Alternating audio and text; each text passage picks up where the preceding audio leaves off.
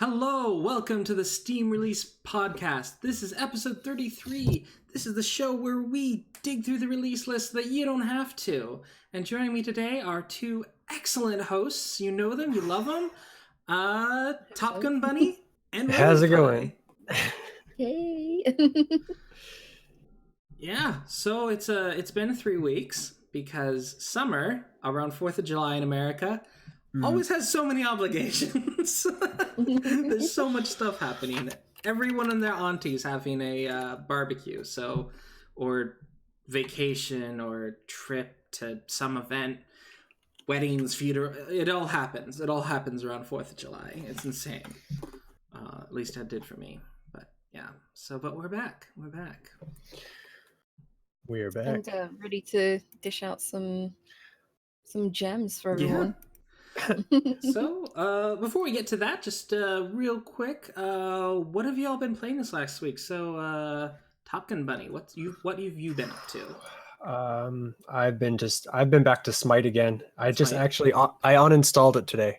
I did. Oh, you uninstalled Smite? I was like, I'm doing nothing but playing this game. And it may be enjoyable, but it takes hours and hours and hours of my time. So I honestly just uninstalled it and removed it from my library. So maybe I'll end up playing it again, but hopefully not in the next few months. Yeah. I've had a similar thing this last week with Hearthstone. I jumped back in Hearthstone. Oh yeah, that's hard to get out of. And now I'm like, wait, this takes so much time. It takes a lot of your time, yeah. Yeah. But it's a good thing to do when you don't feel so great, and it's like there's nothing else you want to do. Yeah, true. It's a bad coping mechanism. Mm-hmm. Yeah, bad coping mechanism. What about Roadie? What have you been up to? Oh, so I jumped back in. I managed to stream twice this week. Mm-hmm. Yay! Nice. So finished Perils of Man. Absolute atrocious ending.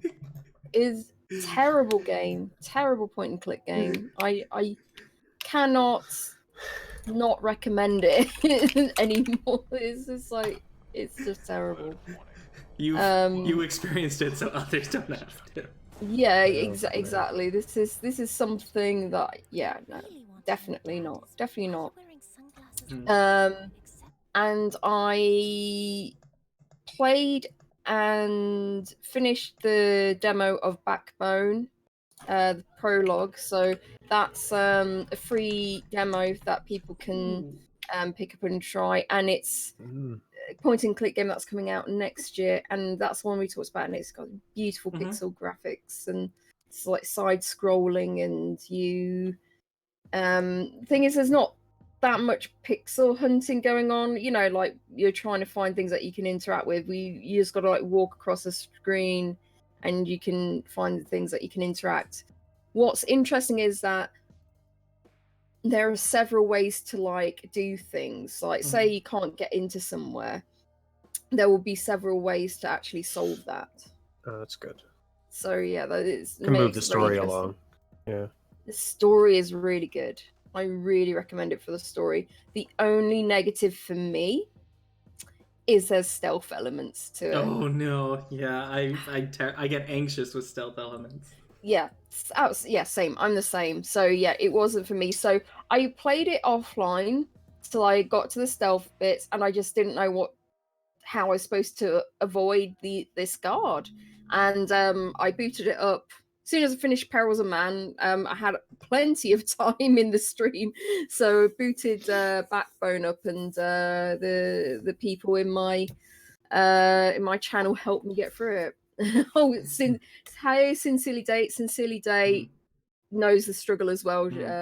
She's played this and got stuck at the same part I did too. So yeah, but it's and I don't know if it was my machine. I have a pretty good machine, and it was just like an OBS, but it was struggling. It was like there was a slight delay with the text log and selecting, so I don't know what happened there.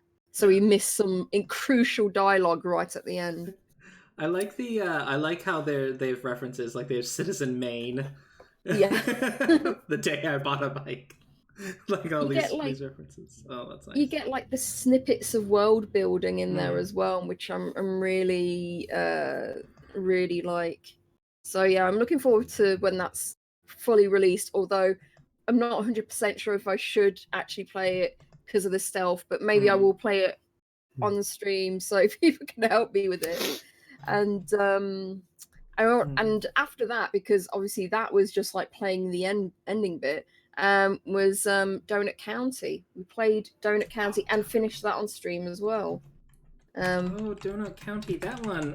That was one of the first games we talked about on this podcast. Yeah. It was so. Oh yeah, there's another one of those games that came out with the raccoons in it.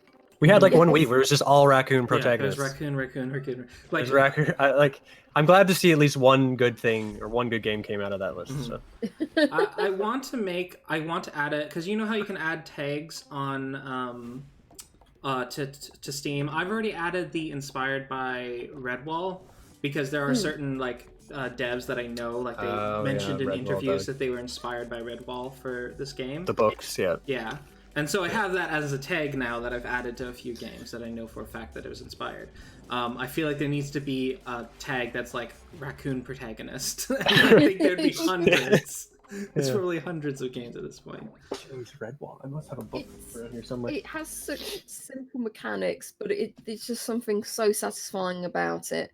And it's like there's so many funny elements to it as well. And you know, it's I think I only got stuck a couple of times, but yeah, we were so engrossed with it that we've played it all the way through it in one go. So we finished it. And then the last stream, I played Unheard. That was another one that we talked about on there. Oh, I'd spotted you being live, but I was going to bed. But yeah, I had spotted that you were on live. So how was it? Amazing, absolutely amazing. I recommend this highly. So I was initially, I think when we spoke about this, I was concerned that like with certain point and click games that relies on you to listen to people at certain times, like maybe it would be one of those things where it blocks you once that time has expired. You can't go back and listen in on those people anymore. So like I think Colonel's Bequest is one of those things. It's just completely linear, and if you miss something, that's it. You've missed it. You've missed a crucial part of the evidence. But no, you're listening to a recording and you go up to people and see where they are. You've got to mark who, you've got this list of names, and you find out who their names are, and you can indicate who is who, and it asks you questions like or who brought in the bomb, and who has the picture now, who stole this picture, who has the picture at the end, and stuff like that. So you've got to work out certain things, and you can rewind the audio and check out different areas so you don't miss out on dialogue at all. But yeah, it's great. So it's very entertaining. I really do recommend this for people. No, that's really cool. It's already on my wish list. I don't even remember looking at it before. That happens to me sometimes. Like, wait, what's this game? Oh, it's on my wish list. So I barely know what this game is. On my wish list. All right. And been playing obviously the expansion Final Fantasy 14, which is great, and Final Fantasy 11 as well. Still making sure that, you know, not neglecting my friends, and we're the friends that I normally play games with, they're all like deep into Final Fantasy 14 right now. Yeah. It's pretty engrossing. It's last I checked, it has a 100% from critics and a 9.5 review score on Metacritic. So, which is pretty well, 100% positive. Like the critics may have given 8s or 9s, but all critics gave it a positive rating. Okay. The story's really good. I really like the story. I was concerned about that. I was like, are they going to be able to get back up to Heavensward? But apparently they've shot right past Heavensward. As for me, I bought it, resubbed, and oh, we've locked your account because of suspicious activity. No. What? So I'm going through the cycle with support to get it unlocked. So. Oh no. I'm pretty sure it's because my payment information had a different address than it did previously. Because I've moved. And apparently you need to make sure that they know that you move. That's on my moving checklist, right? Yes, it's like, yeah. make sure we update Yeah, this make sure Fantasy to before update we... Square Enix about my personal information. But I get it. They're trying to make sure to protect. Like, I know I haven't been hacked, and thankfully there's the Mog log there, so the lodestone, so I can look at my character's stats. I know that they're not being, like, deleted or something, so. But, my word. Anyhow, so. Still getting annoying queuing times. Like, European servers, if you come on, try and log in sort of after 5 o'clock. And I remember there's like, I was over 500 in the queue, and I had to wait like 40 minutes. Yeah, they need more servers. Like 1.5 million subs, they need more servers. So yeah. But yeah, that is Shadowbringers. As for me, I finished Heroes of Hammerwatch. Ooh. The new expansion. So yeah, I finished the Pyramid of Prophecy expansion finally. So I am done with the game. So I've pretty much put it in my done category. I'm finished. I'm not picking it up again until there's some new update. They did do a DLC, which in addition to adding the Witch Hunter class, it also added a ton of new mechanics, new item sets. They did a ton of updates that even if you don't buy the Witch Hunter, you get for free. So just a bunch of new content, not really new zones or anything, but new effects, new traps, new stuff that you can run into, new encounters. So yeah, it was very cool. I hope they do a second expansion. So I really do. Nice. Good show. Yeah, you really got your money's worth from that game. Oh yeah, how many hours have I played this game? All right, I'm gonna go to my library so y'all get to see that. Let me see. Where is it? Here's a Hammerwatch. I've got nothing incriminating in my library. 79 hours. I've gotten 79 hours out of it. Wow. So $13.50 Canadian for that game. Oh yeah. If hours. Yeah, $13.50. Oh, it's only $7 US. Wow. Oh, I guess that's for the DLC. No, because Here's a Hammerwatch is the base game. Yeah, let me go back to the base game. Oh yeah, the base game's $11.99. That sounds more like it. Yeah. It's like Canadian money's like, why is it that little? But yeah, it does pretty regularly go on sale though, so you can pick it up. But yeah, it's definitely worth it. It's absolutely worth it. I would pay $60 for this, but that's in hindsight, like knowing how good it was. Yeah. And it is much better with a group of friends.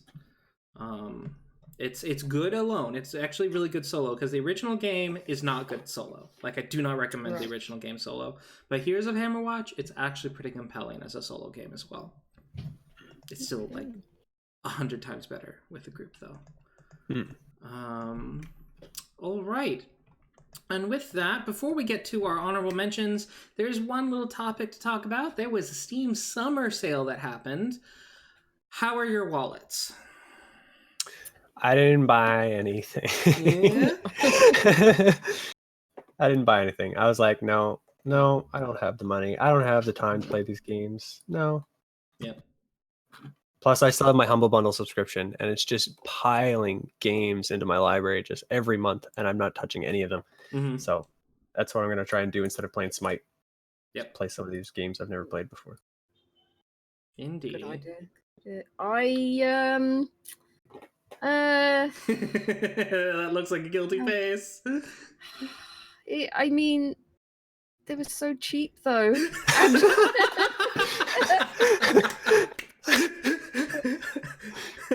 And ended up racking up 40 quid or something worth of the cheap games.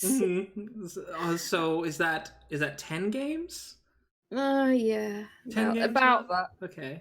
Let's see, what do I get? I got Oh my. the shape-shifting detective. Oh, okay. I've heard good things about that.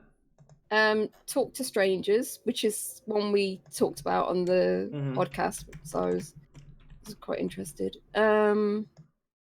Double Switch, 25th anniversary edition. Nelly Cootalot, Spoonbeaks Ahoy, so that's the first Nelly Cootalot game. A Case of Distrust, yeah. Endless Fables 2, Frozen Path. The Room 3, Knee Deep, Secret Files 3, Dissembler, Subsurface Circular, Secret Files Sam Peters, Secret Files Peritas Cordis, Secret Files Tunguska, and of course I got Donut County as well. Oh, wow. So yeah. Quite a haul. So, Yeah. Yes. I think ever since college, I've been very cagey. Well, ever since I was going to college, I've been very cagey with even looking at Steam during the summer sale. Like, no, I cannot look. And even then, I'm like avoiding my email because like it's gonna say that something on your wish list is on sale. It's like, no, don't tell me. I'm not even clicking the email. Like, no, do not tell me.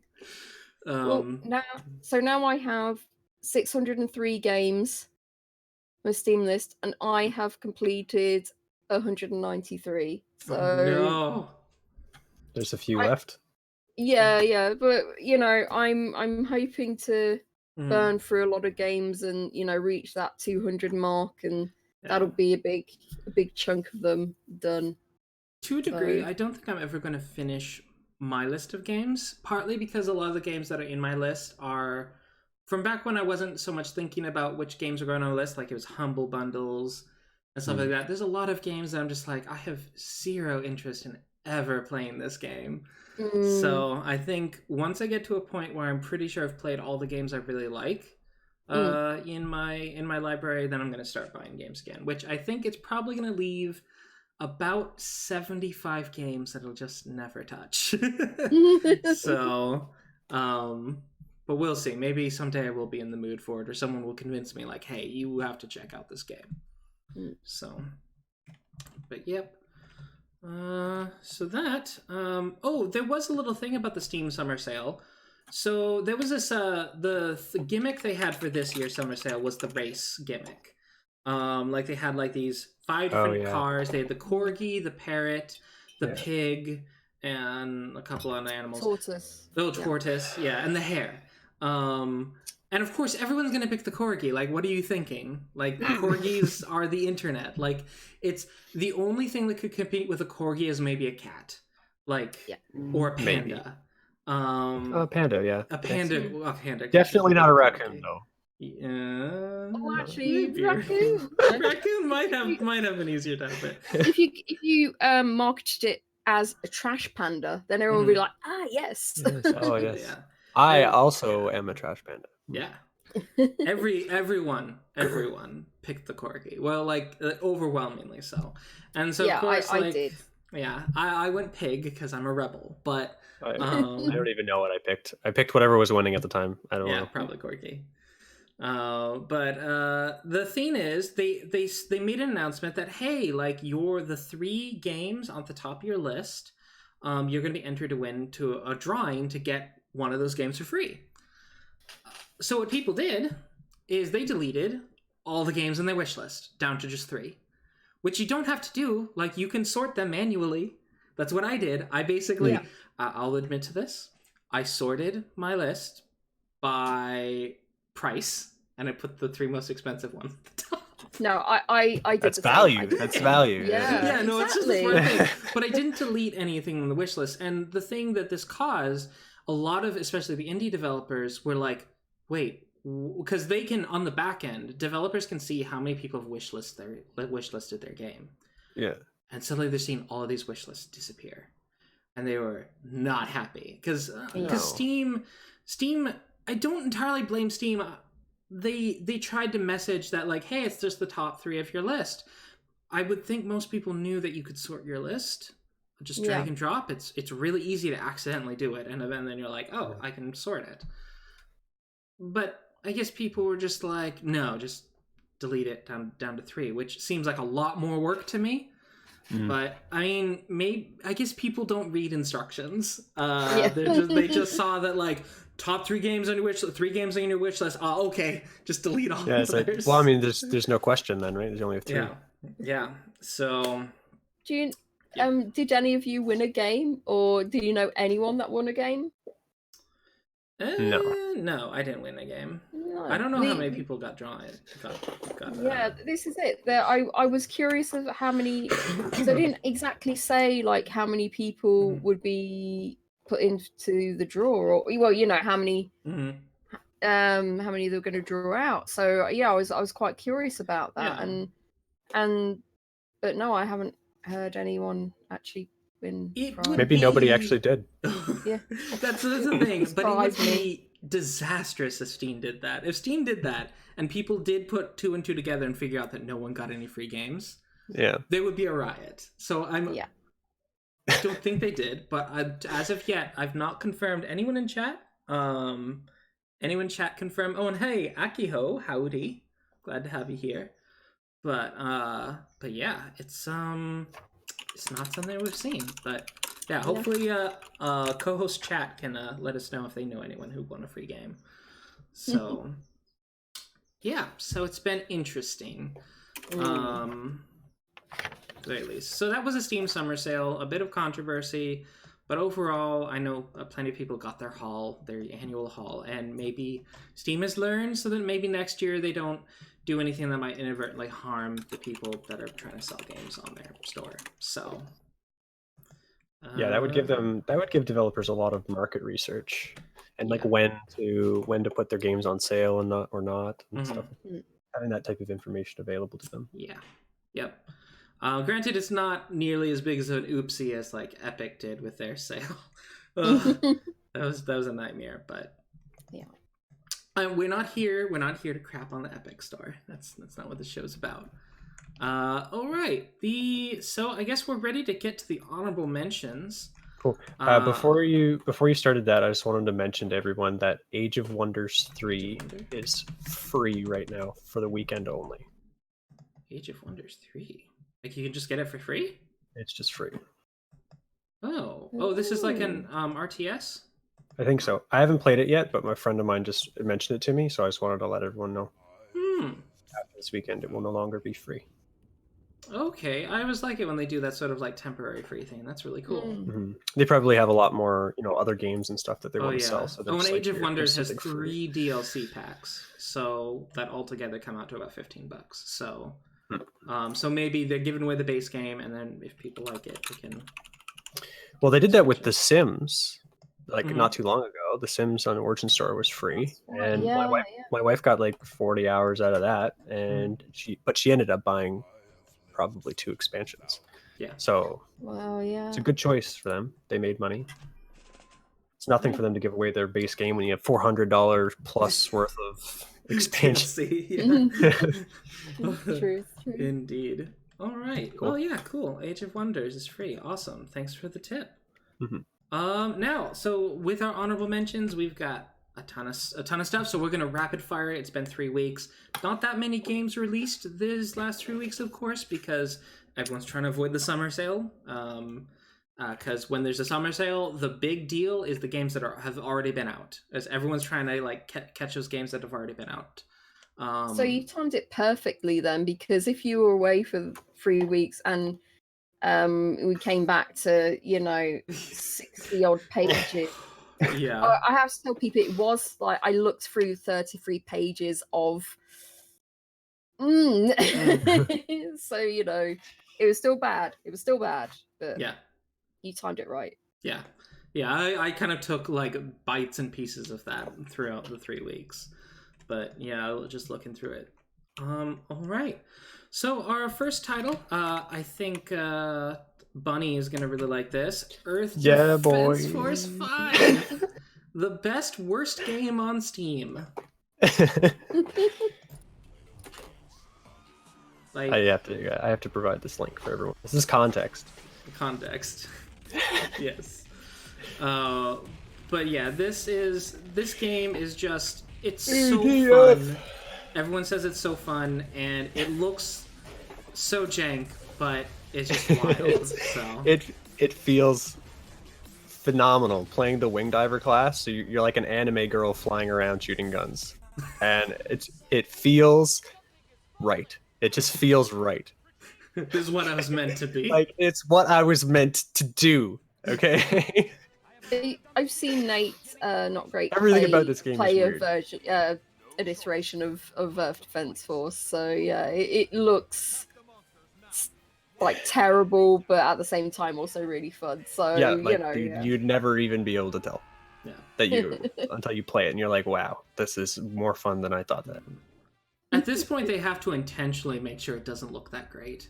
Yeah. Like, because they're like, no, we're known for this. We can't. No, we're not going to add post-processing. No, you're not going to upgrade the textures.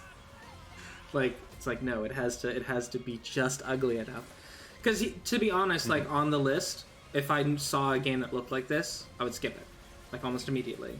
But this game is one of those few exceptions where it's like, oh, it's like playing. It's like while you're playing it, it feels like you're playing a B-list movie the entire time. Like, the dialogue in the game, the text, like, it's very, very. I don't know. It's funny, but at the same time, it's very. I guess it's Japanese. Yeah, it's a Japanese game. Yeah, it's very Japanese. And somewhat self-aware in how bad it's pretty. They're pretty self-aware. All right. Okay, our next title is Stranger Things 3, the game. There's been a lot of confusion about this, but no, there are not two other Stranger Things games. This is just based on the third season of Stranger Things 3, Stranger Things. So that's why it's called Stranger Things 3, the game. Yeah, the third series. Yeah. So. Yeah. So that is why. It's just a isometric pixel art ARPG, from what I understand, with some puzzle elements. This reminds me of the like the Scott Pilgrim versus the World video game that came out. It came out for the exact same reason, just to be advertisement for the actual movie. Yeah. Right. It's just it was in the pixel style because it was marketed to gamers and stuff. So yeah, I feel like this game may or may not be good, but they don't care. The whole point of it is to get people watching Stranger Things. Advertised. It does have 86% positive, and it's gonna cost you like $20. So just check it out. Read the reviews. Our next honorable mention is Un Pas Fragile. I think I did that correct. Which is a fragile step. Yeah. So this is a kind of like a visual novel, and it's got some elements of interaction to it. So you're a frog who dreams of becoming a ballet dancer, and it's only 10 minutes long, and it looks like it was like a mobile game because you've got like to get them to move, do a plie, you got to go down, do a straight down or a straight that. So yeah, it's £1.69. So and it's 10 minutes long. So if you like something short and sweet, give it a go. Yep. So that's cute. I do like the sort of pencil art look, though. That is nice. Yeah, it's so pretty. All right. Our next honorable mention is Drawn Down. Hello, I'm Nathan. Police artist is plunged into a life-shattering conspiracy when his missing brother returns. Oh. Okay. So there's a point-and-click mystery game? Yeah. I only gave this like an honorable mention because it's kind of like a re-release, because on the original release, which was in August, apparently it worked on no one's machine. apart from the developers. So he's fixed all that and has re-released it. So hopefully, for everyone, they'll be able to play it now. All right. So it looks very interesting and something I think I put this on my wish list. Yeah. Yep. Well, that's cool. It's cool that he went ahead and updated it. Hopefully folks will be able to try it out now. Yeah. So it's only £2 and 9p. So. Yep. $2.99 US. And all right, our next honorable mention is Herdina? HRDina? Herdina? Okay. I don't know how to pronounce this. I don't know. HRDina maybe? HRDina, that might be. The game is about a hero that goes from game to the real world. Levels are generated by music, which is provided by Czech band Zmi. Oh. So this was an interesting collaboration because it's this band Zmi who have collaborated with these devs, and they've given them their album, and it's kind of like a promotion of their album. All their songs are on this game, and you're using their music to kind of get through these levels and stuff. So yeah, Cool. I find that really interesting, like this collaboration between the two. So yeah, the game itself, it doesn't seem interesting enough to me to want to play it, but it's free, and I really do like music, and I do like games that are heavily musically involved. So I'll download it. I'll try it. Oh, do let us know how it is then. Definitely. Okay. Oh yeah, and it is free. Cool. All right. Our next title is Second, which we did talk about back when it was in early access, before we did the absolutely no early access rule on the show.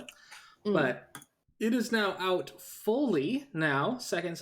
It is a roguelike card game without drawing cards. Yeah, so explore randomly generated worlds. I've heard this mostly compared to oh no, what's the other game? Slay the Spire? Yeah, Slay the Spire. Yeah, Slay the Spire.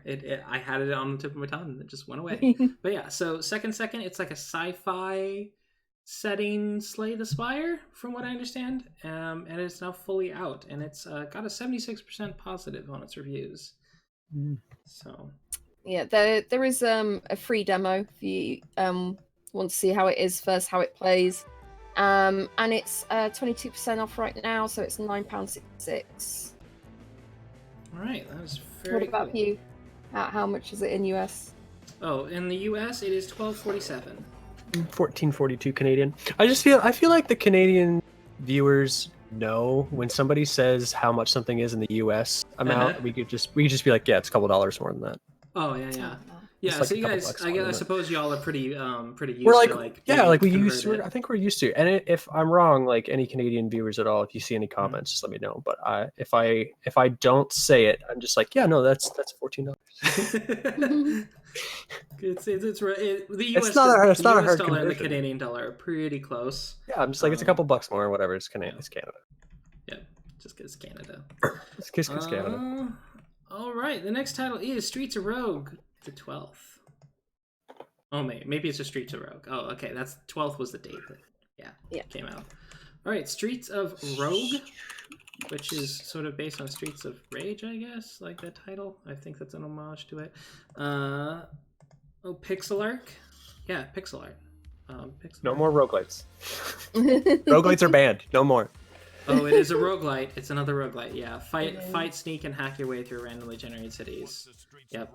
There's so many of these. This one's gotten its attention. It's got over 4,000 reviews, so... Yeah, it's got overwhelmingly positive. Yeah. That's why we just wanted to mention that, it's out there. It's already picked up traction. A huge success. Yeah. So, yep. Alrighty, so yeah, that is Streets of Rogue. And with that, that's our honorable mentions. We kind of rapid fired through because we gotta get to the list. List, guys. The meat of the show. Gotta get to the barbecue ribs and brisket. Barbecue rib biscuit, yes. Alrighty. Brisket and ribs, just smoking some meats. Brisket and ribs. Brisket ribs. It's that time of year, everybody. Brisket and ribs. No context. Uncanny Valley right there. All right. Friday, June 21st, we have Grab Lab. So GrabLab is a crazy mix of puzzle and arcade game. Complete all unique levels from simple to extremely advanced and demanding. Save the world, fix the gravity, and rules of physics. So Fix the gravity and rules of physics. Kind of odd phrasing there. But yeah, it looks like it could almost be a mobile game. I actually think it might be. But it's just kind of a cute puzzle. Really neat aesthetic. Yeah, so yeah, I love the way this looks. I do like puzzle games, but I don't like these sorts of ones, like where you're trying to avoid dying basically. Yeah. But this looks so cute and quirky. So you're trying to fix the rule of physics. Okay. And it's only $3.99. So yeah.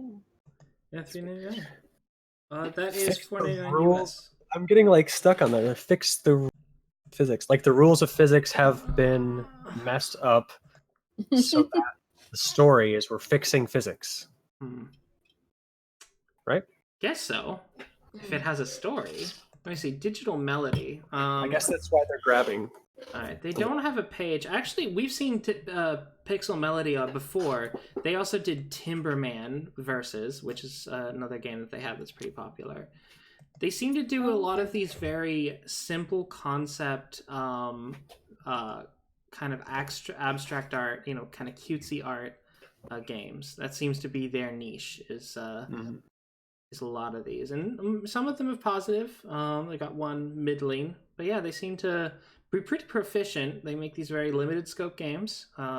They've been active since 2015, and they already have, a dozen games out? So, yep. So that GrabLab is their latest one. Nice. Almost like Congregate games, but they're polished enough. I'll forgive them for being on Steam. Yeah. So, I feel this because of the style and the polish to it. It's definitely deserving to be on Steam, definitely, and deserving of our attention for sure. Yeah. So it looks nice. All right, the next title is from Monday, June 24th. Skipped a few days. Is Zengeon, which is a Chinese-developed anime-styled ARPG. Roguelike. Yeah. Yes. Oh, yes. It's also a roguelike. That is correct. When lunar eclipse, you... Oh, I love this. When lunar eclipse, you, one of the students of the Celestial College, start your ... Okay. This is a Chinese developed game. From what I've read from reviews, the translation isn't great. It doesn't have a great English translation. Is there English in it at all? Oh yeah, there is. They do have English support, but the translation is not good at the moment.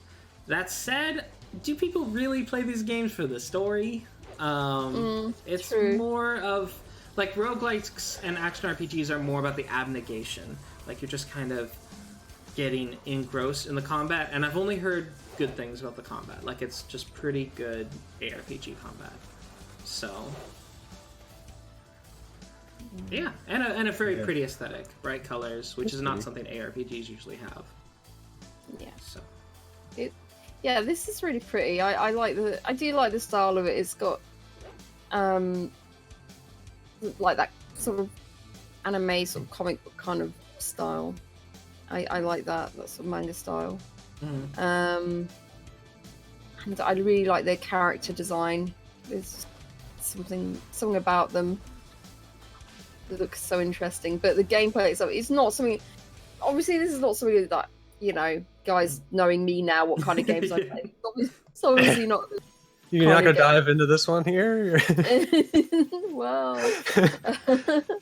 but yeah, it does look like a lot of fun, very action packed. I think, definitely people who are into this, I think they'd like it. Yeah. One of the character bios here, I wanted to read it out. It says Zenwu, one of students in Eclipse event. She's lack of communication skill and talent not been fully released. Not been fully released. Like, so that's what you're going into. Yeah. That's just don't read the quest text and you'll probably have a more enjoyable time. Ooh. Yeah, very poorly localized. But for a game like this, it doesn't seem to be particularly like, these usually aren't like very compelling narrative type games. Yeah. So I find these are more about the character creation and like the loot and the loot and the cool aesthetics and stuff. Yeah.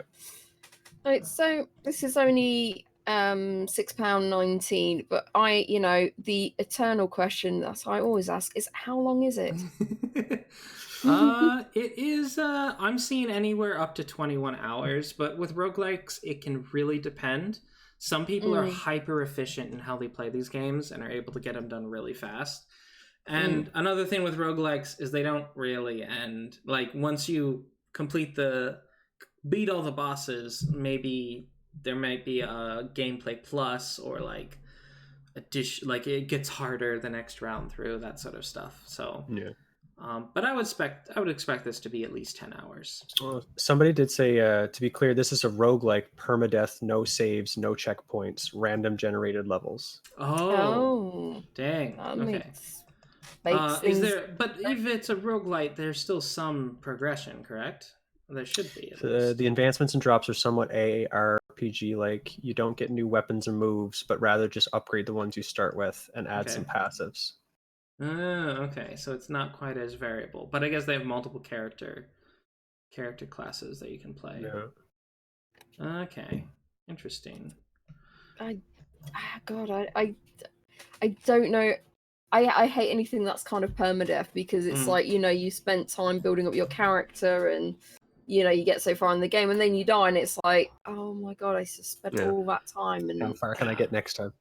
Yeah, I really like permadeath personally, but it's mostly like I play it for the fear factor.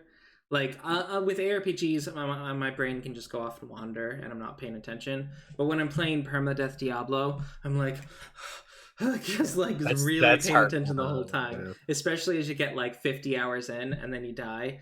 I've done this on stream several times and it's just like and folks love that.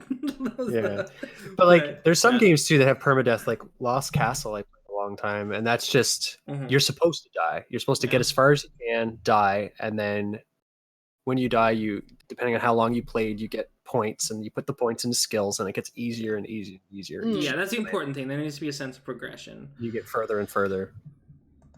Yeah. So yeah, that is Zengeon.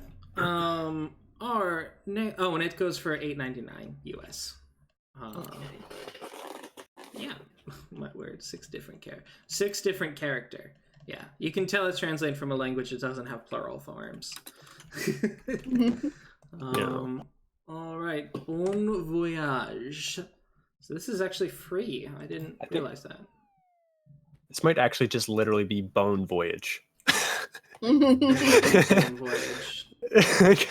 Like as a play on Bon Voyage. But... yeah, it might just be Bone Voyage. Yep. Don't know. Bone Voyage is a third-person adventure game set on a vessel to the afterlife. Use your skeletal body to your advantage and explore the ship in unique ways to uncover the mystery of the ship and its inhabitants. This is another student game, but it looks really impressive for a student game. This is from the Breda University. And it's free. Yeah.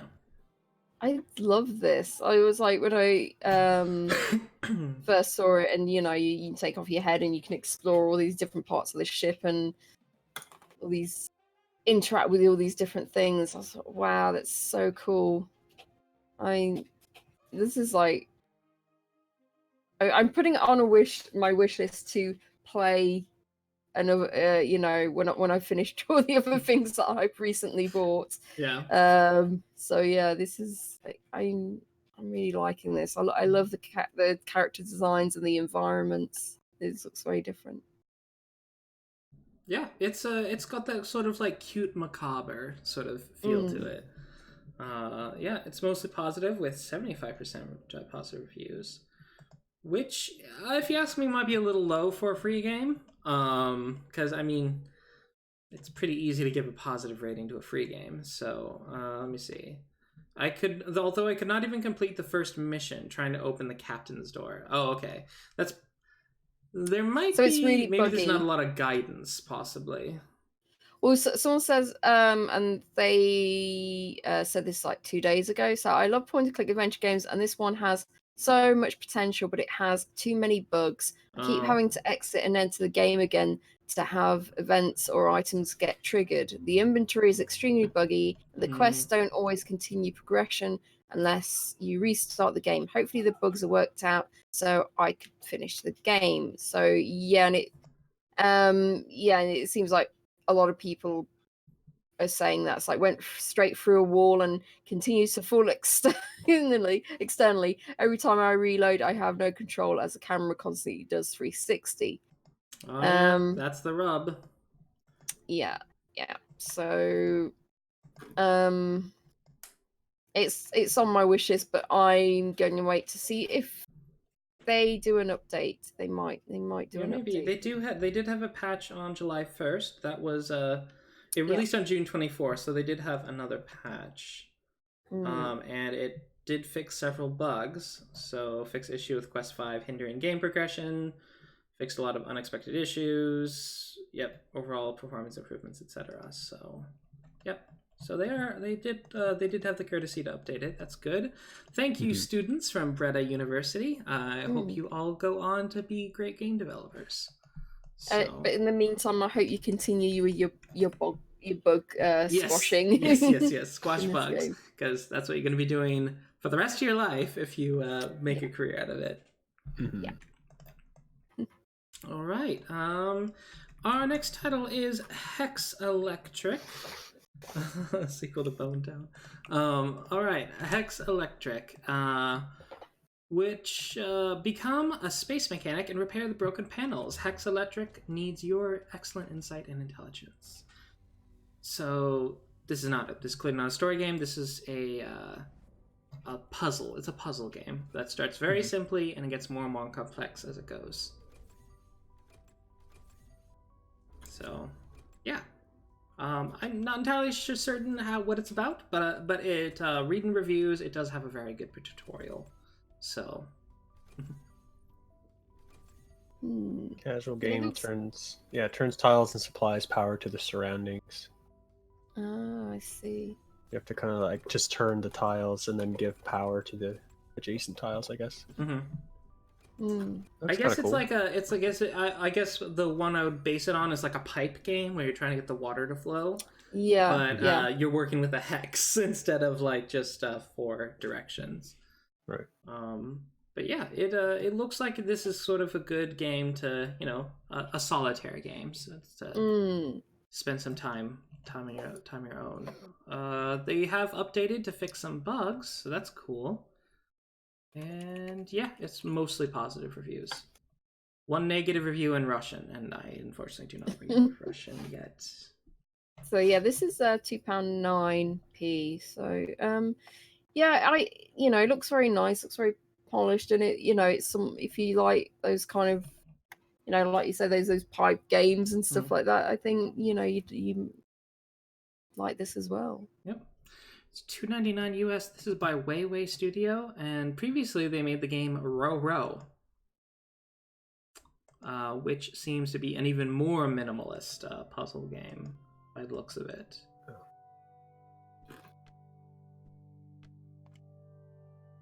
Which I have no idea what they're actually doing. Alright, unique sliding puzzle game. Okay, I do not understand, but Hexelectric, good job on making abstract puzzle games. That's pretty funny. Oh yeah, Anaki was mentioning that Voyage does look pretty polished for a student game. Yeah, it's cool. Yeah, somebody said it looked like a Hat in Time in the reviews, and I could see it, but Hat in Time is phenomenal. You can't just put anything next to a Hat in Time like that. All right, our next title from Tuesday, June 25th is Freakout, the Calamity TV show. Juicy top-down, intense old-school shooter. Oh, so you have directly top-down and isometric view. Okay, interesting.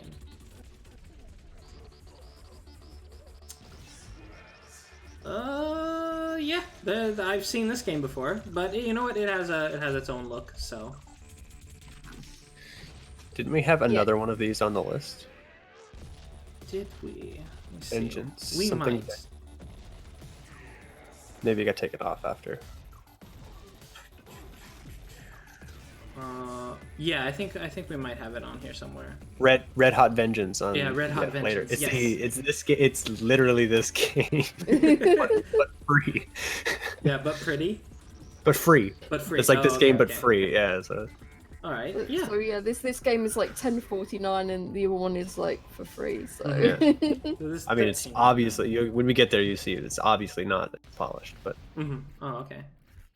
But yeah, it's kind of gritty looking. I normally prefer a bit more color in my top-down shooters, but it seems it's got some semblance of story. I guess they got some dialogue with NPCs. But yeah, it's a run and gun game. What's the review score? It's only got 3 reviews, so it hasn't really gotten noticed yet. But with $14, a great successor for Smash TV. I have no idea what that is. Oh, okay. Right? But yeah, I like the. Yeah, they're really cool. You got that pinball. Mm-hmm. Yeah, there's the different environments. So there's like the pinball environment, which I think would be quite cool, especially if they've had like certain mechanics to it. And that is something cool. It's not just top-down shooter. There does seem to be some puzzle levels and some like bullet hell elements as well, and as well as boss battles. Which, kudos. It could have just been a top-down shooter, and they did add some additional stuff. There is multiplayer. Oh no, there's local co-op. So no online multiplayer. Smash TV was an old over-the-top shooter that was in arcades, on the SNES and Mega Drive, almost everything. And it's not on Steam, so that's an cool. Arcade game. Yes.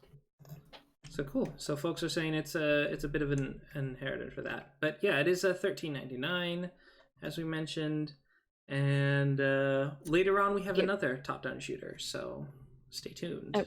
Not sure how long it is, so there's 19 levels. 19 levels? Oh, okay. So close to 20, they say. 5 chapters with badass boss fights. So yeah. Beautiful 3D graphics to display all 13 sexy enemy types. Okay. Sure. I'll take it. Whatever. All right. Clearly not taking themselves too seriously. That's kind of funny. Shadow Fencer Theater is our next title from Tuesday, June 25th. And you know how we always talk about the shadow puppet sort of art aesthetic? They took this just completely there. Like, this is the shadow puppet aesthetic. I just so love this. And It's so cute. we have another one later called Shadowland, which is also another shadow. The sort of shadow puppet aesthetic, yeah. Oh, I like how you can see the person's hands, like, holding. Yeah. That's kind of cool. This one is neat. I like this. And it says a competitive, awkward physics of sword fighting game. So Yeah. if it's got cool physics. It is by the developer Shoulda Had a Lot of Fun. And this is their first game on Steam. So congratulations. This just looks really interesting. It does look interesting. Yeah. And look, there's like that rowboat scene where you have to basically control the oars to like make it move forward. that looks like it's gonna be cool. awkward. Oh, yeah, it looks so nice. It's just very, very neat. That is so cool. The whole Jakartan, sort of the look of like the Jakartan shadow puppet stuff. Excellent premise. Really cool puppeteers who react when hit with a sword. Weird and wonderful. Maybe a tad expensive at $18.99 New Zealand dollar or $14.99 US dollar. Yeah, it's £11.39. Yeah, so 17. yeah, it's They only have 0.3 hours on record. Is that let me see. There's 16 selectable characters, 8 unique stages. Don't know how much that is as far as content goes. This might be kind of more of an experience, maybe. Well, no, it's got gameplay, but maybe it's not particularly a huge game. It almost seems like a Street Fighter type game, like not Street Fighter, Mortal Kombat. Are they the same? I don't know. They do have like a multiplayer. fighter type game. Yeah, like you also got like almost like a Flappy Bird section to it as well. So there's like to be different. A series of mini games is a different kind some of of those. mechanic. Some of the pictures there, they have like little skulls up on the top that look like they're health bars. Yeah. How many hits you can take. Okay, yeah, this might, and with local co-op, they might also have, local multiplayer, they might have like, that sort of competitive fight. Should have had a lot of fun. That is a really neat look. Yeah, love it. There's a wide variety of stuff that's happening though. That's really cool. Okay, and our next title is from Wednesday, June 26th, Hardcore Mecha. May have wanted to move this to the honorable mention section with 1,000 positive reviews. My word, they've definitely gotten noticed. This is the first title by Rocket Punch Games to get to Steam. I'm pretty certain they're made up of either veteran developers or it's just their first time getting onto Steam. Because this game is really polished and has very good reviews. It's kind of it's a 2D, 3D graphics, but 2D platformer shooter action game with mechs. In summary, let me see if I can get to the gameplay video. There we go. Yeah, because they got the interview. But yeah. Rocket Punch Games, and it is $19.99, but folks really are finding it's worth the price. It's a full Japanese audio, but it has English subtitles. Yeah, it's full Japanese audio, and then English subtitles, English and Chinese subtitles. So £15.49. I really like the style of this. It's so amazing. It looks so cool. Yep, this is it looks like it's really fun, honestly. I would probably pick this up if I didn't have so many other games. But yeah, this looks like it could be really fun. Actually, I think I know someone who might want to check this out. Oh yeah, well we do. Akio. He's Akio, he's a big mech fan. So if you do get this, Akio, you gotta tell us. You gotta tell us how it is. Oh, and you even have some out of the mech levels where you're just a person like trying to get away from mechs. That's kind of cool. Oh, cool. And it seems to have a lot of story content, so that is pretty cool. Choose your favorite mecha, advanced, experience a fast-paced, hardcore competitive battle of steel and multiplayer. The campaign mode offers rich gameplay and seamless in-game cutscenes for an immersive experience. So yeah. All right, so they keep I like that they keep a change log right here, so you don't have to open up the recent updates. That's cool. Stunning. This is online multiplayer as well as local multiplayer, so that's good. You get hopefully get extra gameplay out of it. And Godless Weeb would be so into this. I gotta send this to Godless Weeb. He likes Metroidvanias, which this kind of has a feel to that. It's probably not mechanically a Metroidvania, but it definitely has that sort of side-scrolling action thing. Yeah, it's more like it's got like combos, like if you controller, like the XXX to do triple attack, and then different button combinations really cool. You have to memorize. Yeah. But yeah, he would like to pick these up because he's Godless Weeb. I'll have to recommend it to him.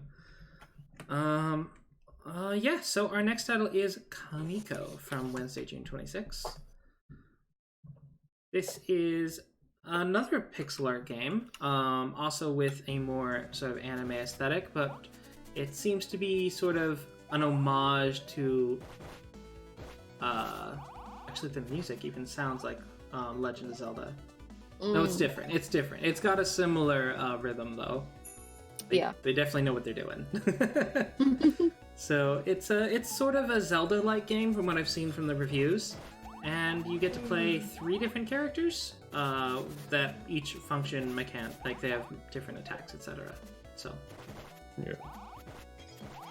This is so adorable. so cute. It does have English, right? Yes, it does have English text. So. Yeah. So you got the archer, the swordswoman, and I think the last one is like a fist fighter. Okay. But, this is cute. This is pretty cool. I like this one. I'm not usually into these types of games, but Yeah. Yeah, the sort of top-down RPGs. Let me see. Yeah, KAMIKO is a game styled around Japanese Shinto beliefs. Fight as the priestesses called KAMIKO, and battle against demons while solving puzzles to make your way through the stages. Oh, okay. Oh, that's cool. And this was originally on Switch, but it's now coming to Steam. Oh, okay. Nice.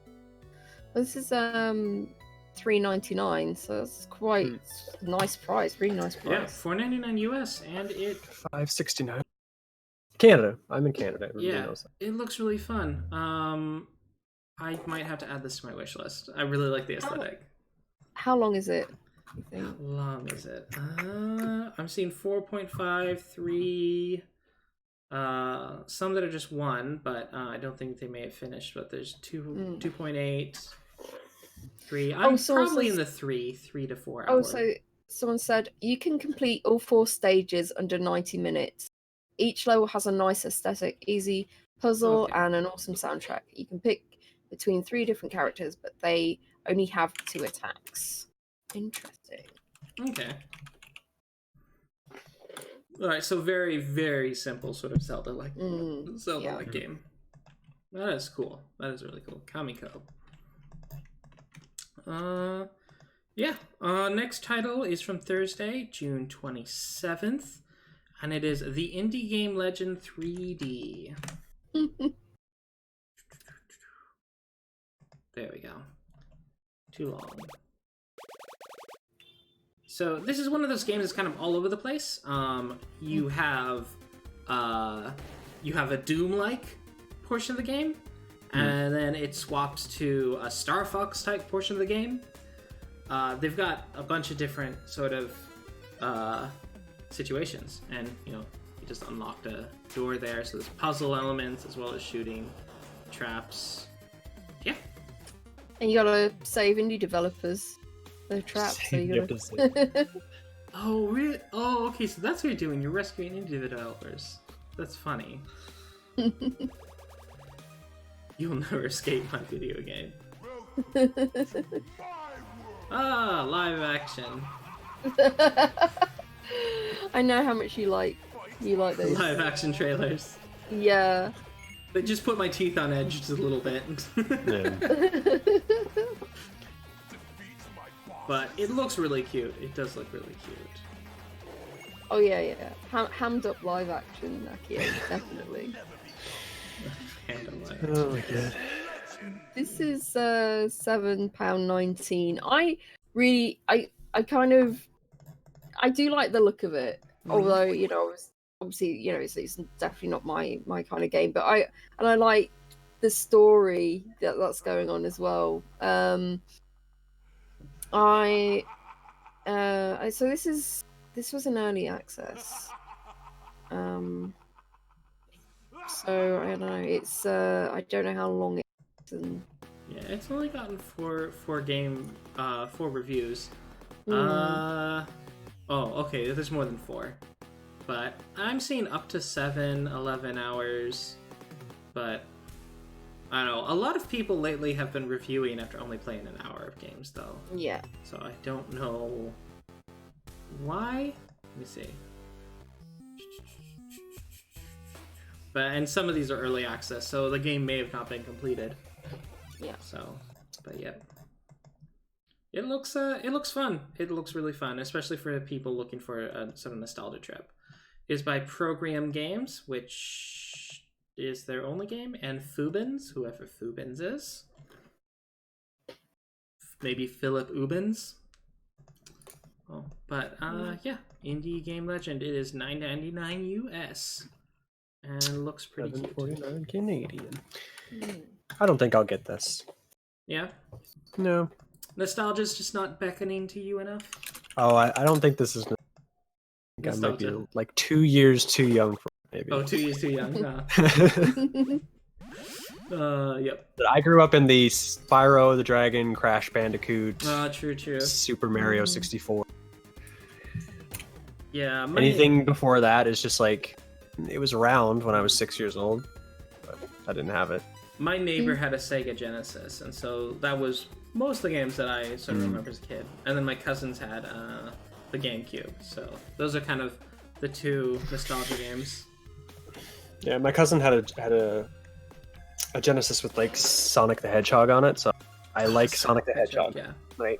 But and I like Mario, like the handheld Mario, because I have that. I don't know.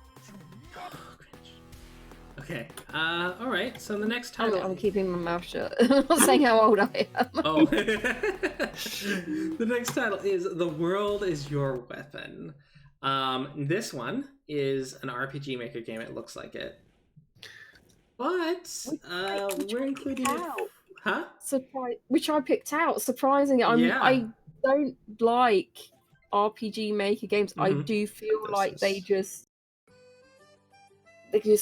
pump these out like the bloody sausage factory. But this one is quite interesting. And Dewey, tell us how. So it's got a neat gimmick where the world is your weapon, as the title is. You just pick up things and you utilize it, and you can utilize them as weapons, and an action RPG you've never seen before.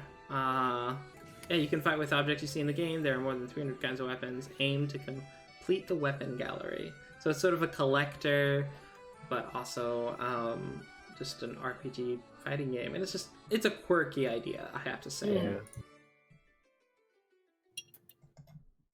It looks like she picks up the lake. Is that... She picked up the whole body of water. Oh yeah, she just picked up the whole house. And she's hitting a girl with a grand piano. My word. Oh, yep, she picked up the lake. What? Okay, so it's pretty bizarre. But it's got a lot of positive reviews. I can't read hardly any of them. Let me see. Very fun RPG with everything being your weapon. Aha. But it was ranked #1 in the Japanese Dojin game site, Frame. Now I know that there's a Dojin game site called Frame. Yeah. Okay, so it looks like it's been pretty well received. I'm seeing up to 11 hours, and it's selling for about $9.99 US. Yeah, something that's a bit different. Even though they used RPG Maker, but yeah, it's great. That's great they're utilising it in a different way. And it's £7.19. I'm not sure how long it is. Seeing an hour or two on it, and that's mainly it. So yeah, it's up to 11, but yeah, it's it may just be a few hours.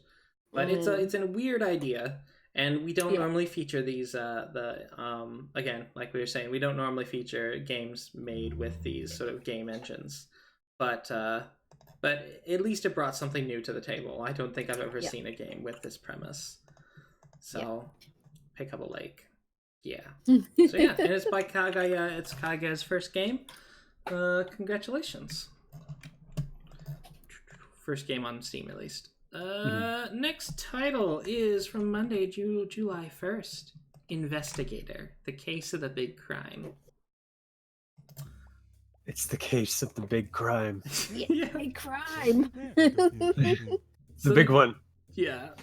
They do specify it is a short comedy adventure. Investigator's here to solve the crimes. He's not really clear on what the crime is, but he'll do his best. As long as his brother Instigator is around, he'll always have someone to trust. Oh. I like in the about this game it says solve crimes, meet a cast of fun characters, do crimes. Do crimes. I think I know what Instigator's up to. 30 seconds into that video, we had the live action. Oh yeah, just the puppet. Yeah, just the puppet, just random live action. Egress. Oh, Godless Weave, hi. The exit is egress.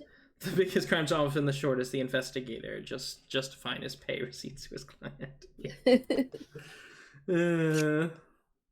My word. Part 1, the jail defense. Yeah, it's gotten some positive reviews so far. Looks pretty funny. It's $3.99, and they said it's about 1.5 to 2 hours long. Yeah. So I think that's a good price for those like short point and click games. I've seen point and click devs try and sell 2-hour games for like 10 quid or something. So I think that's fairly pricey. It's $4.99 US, and it's by the developers Games by Bees, which it's their first title. So, good job. And this was kickstarted, apparently. Oh. Really? Yeah, March 8th. They mentioned that there was a Kickstarter. Interesting. Mm-hmm. I quite like this. I think this is going on my. I'm a sucker for point and click games, so I think this is going on my wish list. Looks like they had a $1,000 goal, and they got $2,000 and $2,055. So it was funded. Guys. Let me see. Oh my gosh, they put a graph here. Oh my word. Copy, open. Let me see. One moment. You know I love graphs. No. Give me this graph. Give me this graph. I love graphs. Right, there we go. All right, cost breakdown. I wonder if you guys can see this. Da-da-da. Oh, it's a pie graph. That's the best kind of graph. Yes. Pie graph. So this is their pie graph they have. So they have Kickstarter fees 10%, Steam 10%, software fees 11.5%, Puppet Fabric 1.5%. 3D art, $250, 25%. And then they have celebratory pizza is the red, 2D character artist, 15%, $150, and musician is 25%, $250. So they have the whole price graph just laid out for you. So it all came out to $1,000. I mean, it's kind of like standard now on Kickstarter to have those pie charts to show where that money's being allocated. Yeah, because some of them are just like. I mean, they could have lied to us about it, but. Oh yeah, for sure. Puppet Fabric, my word. But yeah, so there seems to be, cool. Maybe some good comedy in this. So yeah, I probably will give this one a go eventually. Right. So I will. But when I do, how they described it is the game is nearly already done, so there won't be any mystery costs. The goal amount is to retroactively break even. So that was the main goal of the Kickstarter, is just to cover the costs of the development. Neat. All right, yeah, and it released.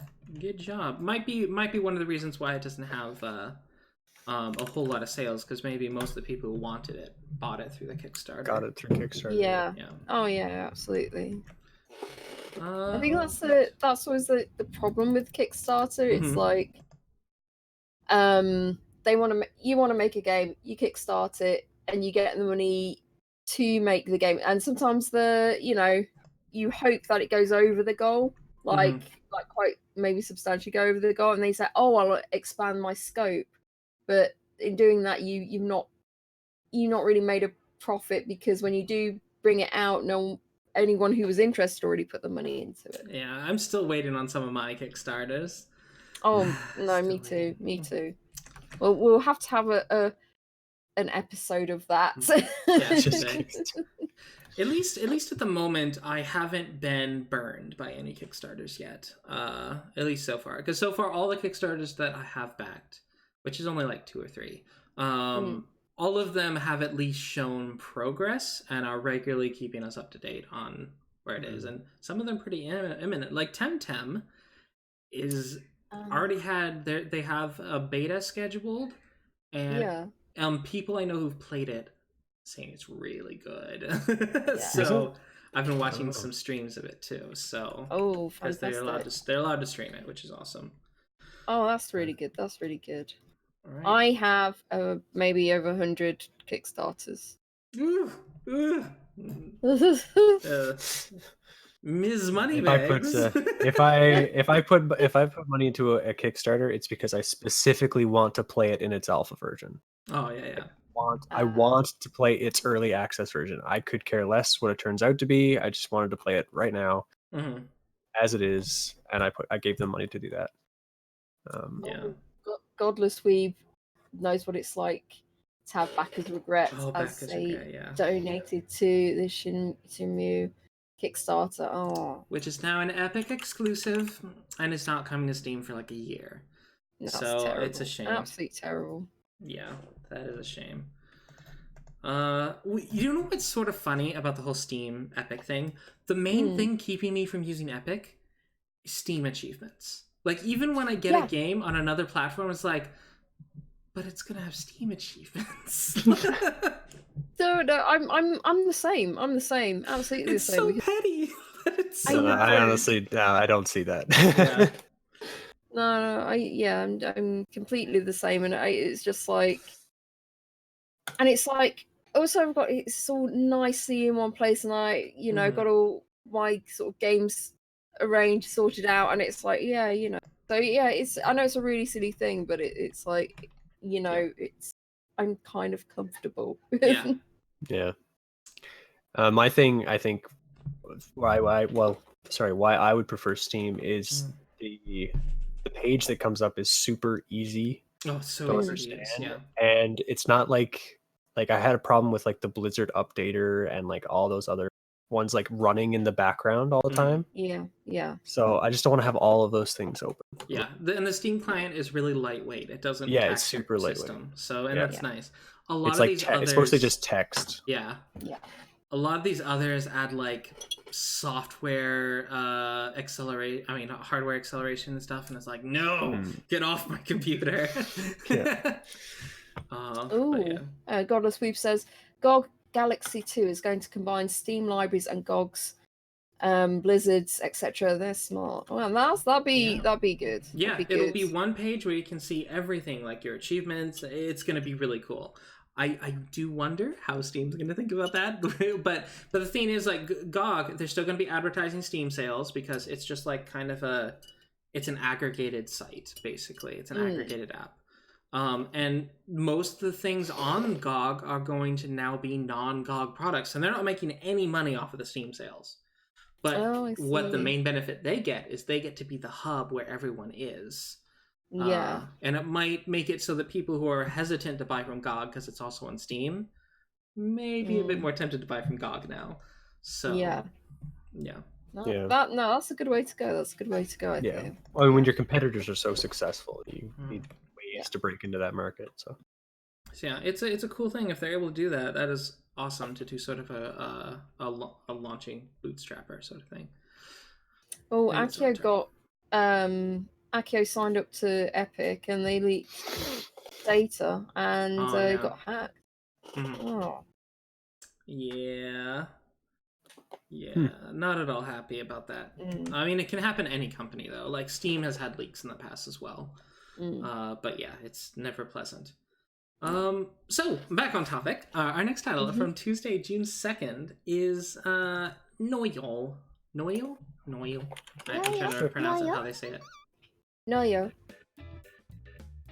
But so suddenly people got crazy by Doku Denpa from smartphones, JRPG in which one girl and one biped cat go adventure to help everyone. This is adventure time. This is.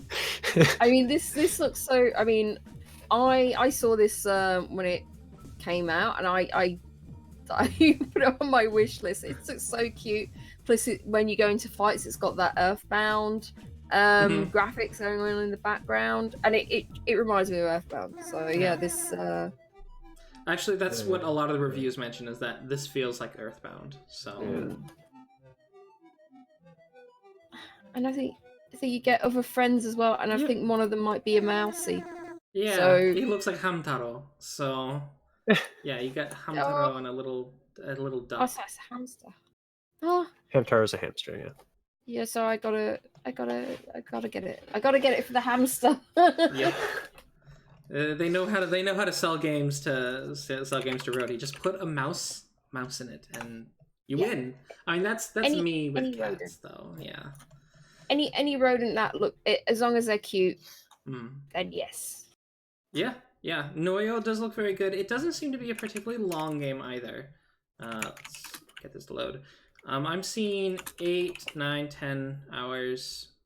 Seems to be around 10 hours a lot. 5 hours.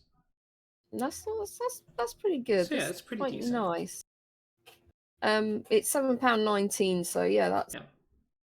Yeah, cute visuals, wacky enemies with humorous names due to English translation, and short, about 10 hours. Not difficult at all.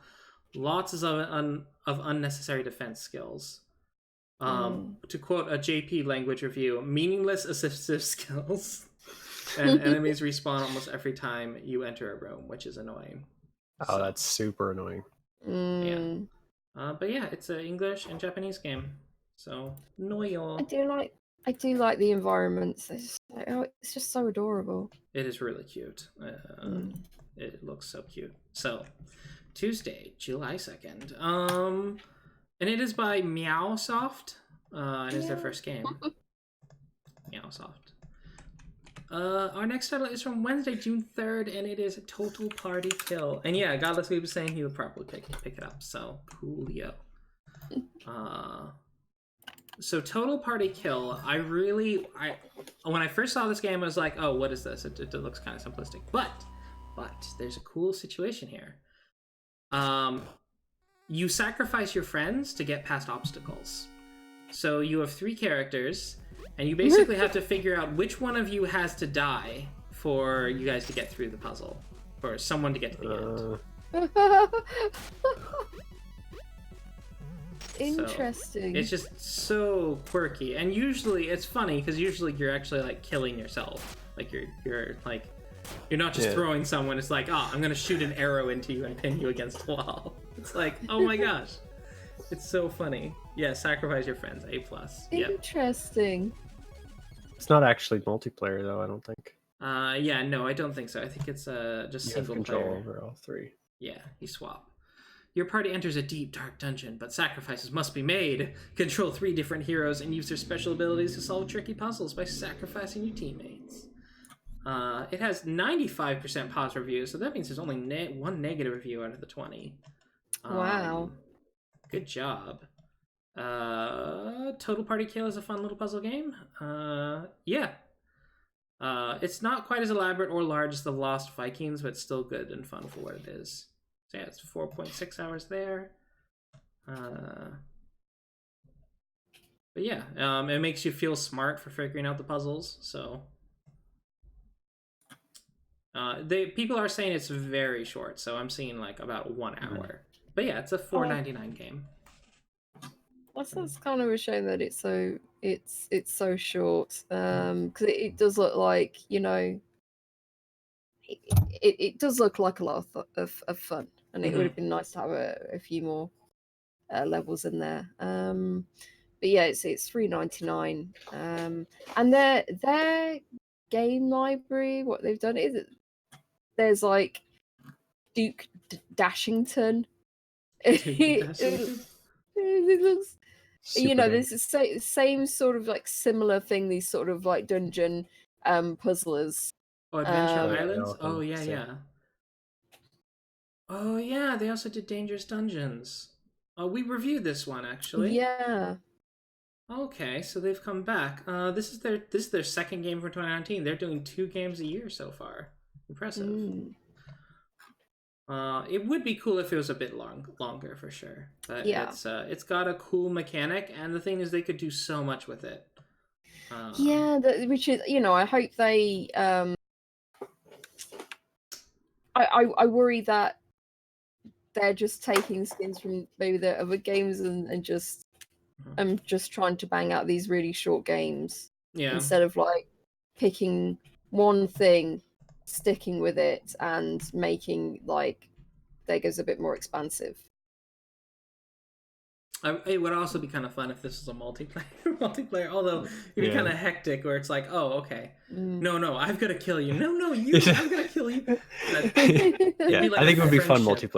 Yeah, it'd be like a friendship. It's like, no, you have to die. Like, we're not going to beat this unless. That'd be funny. That would be pretty funny. Yeah. Oh, my word. All right, and let me see. Our next title is Shadowland from Wednesday, June 3rd. July 3rd. Bingo. So we were talking about how we had another sort of shadow puppet aesthetic game, and that is Shadowland. So this game is all about producing things to walk on, and you have to do that by changing the source of the light to make these sort of shadow beams get to different locations. So it's a very contemplative, kind of slower game with they advertise their music, like they're not selling an album at least, but yeah, they do have an original soundtrack available in English, Spanish, and Catalan. So It's 80+ levels. That's interesting.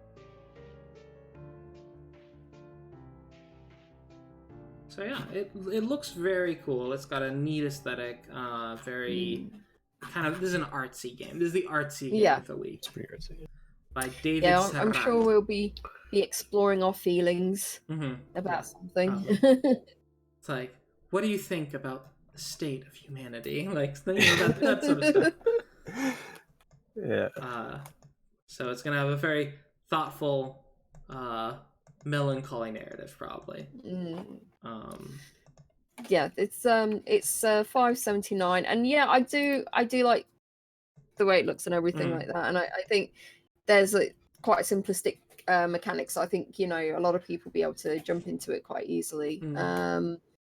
But it's still the kind of platformer kind of game, so it's not really something that's for me. Yeah. But I'm sure this would appeal to quite a few people. The casting of shadows is a cool mechanic. Another example of someone taking a game, like just a mechanic idea, and turning it into an entire game. So yeah. So basically, minimalist, well-thought puzzle platformer. Here's a review, which will immerse you in original ideas of light and shadow, moody soundtrack, and thought-provoking quotes. So yeah, exactly what we thought it was. Just what we anticipated. Yeah. Yep. Yes. So yeah, Shadowland. It is $7.99 by David Serra. It is his first game on Steam. So congratulations, David. Thank you. Yeah. But yeah, Shadowland. That is really, really funny. I like it. I don't know if I'll pick it up necessarily, though. We'll see. If I'm looking for a platformer, I'll keep this one in mind. Yeah, because it doesn't look like it's too.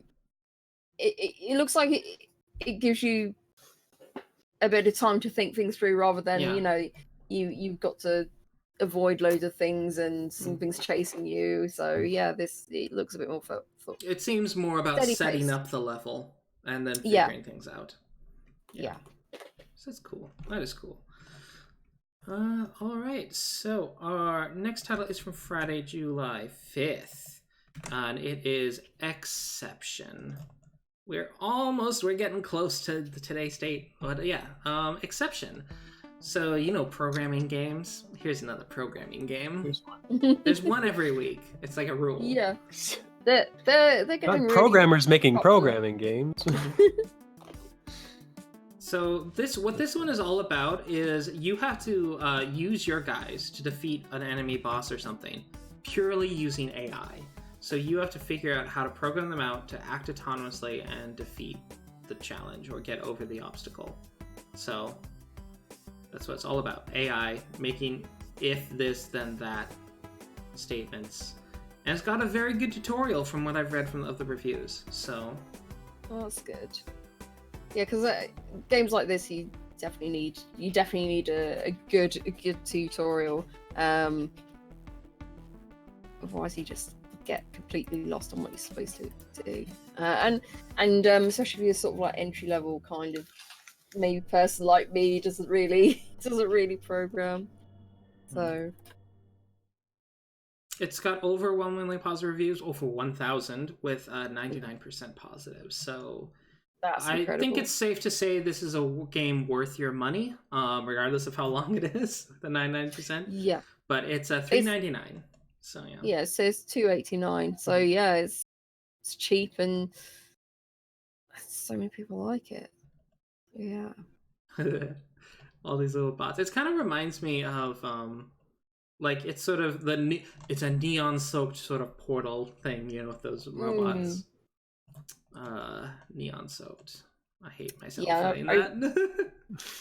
I really like the music as well. I like the music in it. Oh, okay. Guys, we mentioned his final was this concept, sort of. My AI searched for a wall and then attacked from the corner. Oh, okay. So you had to make AI. That's really neat. Yeah, nice little game. Absolute gem. A game has never made me feel smarter. When stuck, me, I have no clue what's going on. When passed by MG, I have no clue what's going on either. That's funny. Yeah, I mean these games done well. You know, I think they're super fun and everything. But again, they're not for me. But I know a few people who would definitely like this type of game. I mean, it's games like this that have taught a lot of people how programming works, and that's really neat. It's neat that there's now games where like people are like, oh, well, that makes so much sense, and then when they're doing actual programming, they're like, oh, this is just like the game, because it just teaches you logic, and almost all programming you just have to learn the syntax, and it's basically the same. Yeah, so, you learn the language the same way you'd learn a vocal language. Yeah, but then the logic is pretty much the same in everyone with a few quirks. Yeah. It's like I had someone describe it to me. It was like if you learn body language, you'll be able to speak to any person of any language, right? And then the actual programming is just learning the actual language to hash it out. Kunpo. It's by Kunpo Games. This is their first game, so congratulations. I'm pretty sure they're a Chinese developer. Oh yeah, all their updates are in Chinese. But yeah, so it's available in English and Chinese. So very nice. Folks feel smarter. It's good to have a game that like makes the people who play it smarter. That's really nice. It's actually really thoughtful if you think about it. Very generous of the developers. So our next title is Atma, which is free and beautiful. Really good looking. So this has an 85% positive review with 34 reviews. Atma is a pixel art adventure game, embodies Shaya, guardian of the living and the spirit world, which reminds me of like this really, just Shaya makes me think of this kind of like risque Korean MMO that was out a long time ago. Anyhow, Atma, your lover, calls you from the afterlife. He needs help, but if you could bring him back, but what if you could bring him back to you? However, this would mean disrupting the balance between the two worlds. What choice will you make? Full Metal Alchemist told us why that's not a good idea. So I'm feeling how we know this has been predicted in scripture. Full Metal Alchemist. The artwork reminds me of another game. I can't very popular. Hyperlife Drifter. Yeah, that's it. Yeah. Reminds exactly the same sort. I didn't think it looked like it, but then you mentioned it looked like another game, and that was the first thing that came out of my mind. Yeah. Yeah, beautiful game. Love the story and gameplay. It's so professional for a student game. Oh, it is a student game. Oh, I just called his review funny. Anyhow, yeah. So it looks like it's only about it's under an hour, but it is free. So. Oh, wonderful. Playing, but yeah. And they are doing bug fixes and everything like that. So Wow. So dungeons, testing your learning and solving abilities with your freshly learned mantra. Several mantras, and once drawn, you're left to interact with the environment to fight your enemies. A colorful and high resolution pixel art. And the game with a boss fight, and use every mantra you learn during your journey. That is so cool. That's so cool. Wow, these environments are just crazy good. Yeah. This is So amazing. Yeah. Yeah, so if this is out for free, they're probably going to just use this as their resume. Like, hey, I made this game. Give me a job. Sit right into the portfolio. Yep. So that's awesome. That's something we benefit with having Steam. So this is one benefit, the Steam having a low entry. You know, they just pay $100 and get a game on Steam. It's like, hey, like, you get these cool student portfolio games and a lot of very terrible portfolio games, but this one's awesome. I like it. So, does it have Steam achievements? No, it doesn't, but it's free. Cool. Atma. I might have to actually add this to my wish list. It's under an hour. I need to check it out. If it's free, I just click play and install it. Oh, yeah. That's probably a good idea. All right, so our next starting to gather a lot of crap. But... Oh, you're gathering a lot of them? Yeah. Well, then you can just like play through them and delete them. So yeah, so get out of here. All right, SolSeraph is next. So this one, the videos were there yesterday, but they're gone now. So okay, don't know. Yeah, why. They're broken now. Yeah. So, SolSeraph is build your cities and set up defensive structures to protect them from the constant threat of monsters. Brought to you by Ace Team, SolSeraph combines actions and strategy for a rich gameplay experience reminiscent of the 16-bit era. So, there's two sections of this. There's the tower defense town building section, and there's a side-scrolling action battler section where you get the materials to build your town. So it's like two games wrapped into one. Okay. It's never usually a good sign. Yeah. So it does have mixed reviews, but when I first looked through this, granted this was several days ago, so there may be new reviews. Every single negative review at that time was mentioning ActRaiser. How they were like, oh, this game, I thought this game would be like ActRaiser, and it's not as good as ActRaiser, or it doesn't function like ActRaiser. And I'm like, that's not really a decent. That's not really helpful to anyone. No. If it's like you play a game and it's like you should base it on its own merits. It's like, was this fun? Did you enjoy it? You know. Yeah, and the thing is, a lot of the reviews that are talking about it either don't mention ActRaiser because it's probably a player that never played it. Or they do mention ActRaiser and they say, like, this game isn't that. So I think a lot of people just bought it thinking that it was going to be one experience, and it wasn't that experience. So most of the negative reviews I'm kind of personally discounting. It may have flaws, but a flaw isn't just comparing it to this other game and going like, well, this other game works this way. I think maybe that's why the trailer's down, because maybe the trailer made it look like this other game.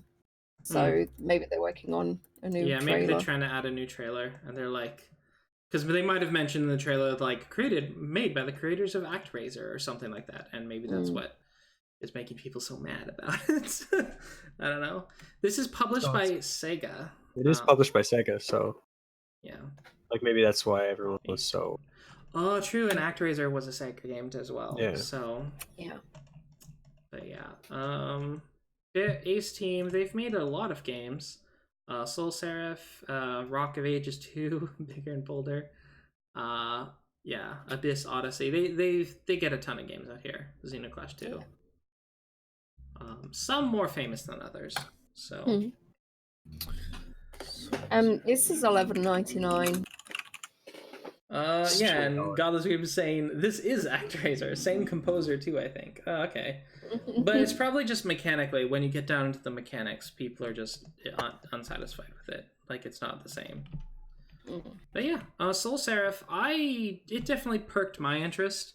I have no idea what ActRaiser is like at all, but I think it probably would be better to approach this game without any of that knowledge. So yeah. Akio said they just played Hardcore Mecha.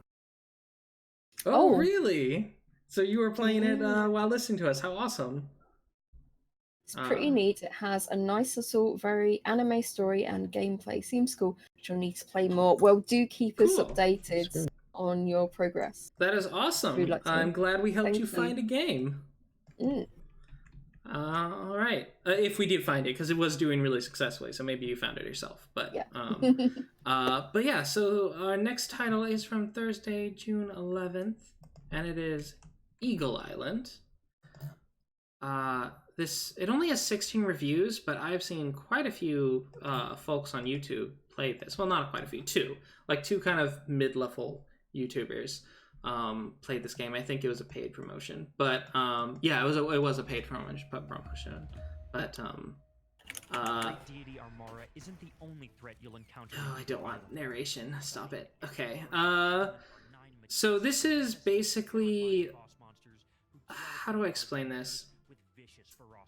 It's very difficult. It is a very difficult game because you can't really attack directly. It's all about working with your bird. Your bird has to do all the attacking. And so you have to get to a situation where you're near your bird and you can send your bird off to an attack. And so it's a lot of it, but the nature of the gameplay makes it fairly difficult. And there's a lot of combo stuff that you have to be able to do as well and be able to react quickly. So I'm getting a lot of people describing it as a very difficult roguelite speedrun. I mean, not speedrun. There is a speedrun mode, but there's you can play it either in story mode, roguelite mode, or speedrun mode. So we got 3 different game modes. But everyone I've seen talk about it has been pretty happy with it. So the pixel art is gorgeous. I love it.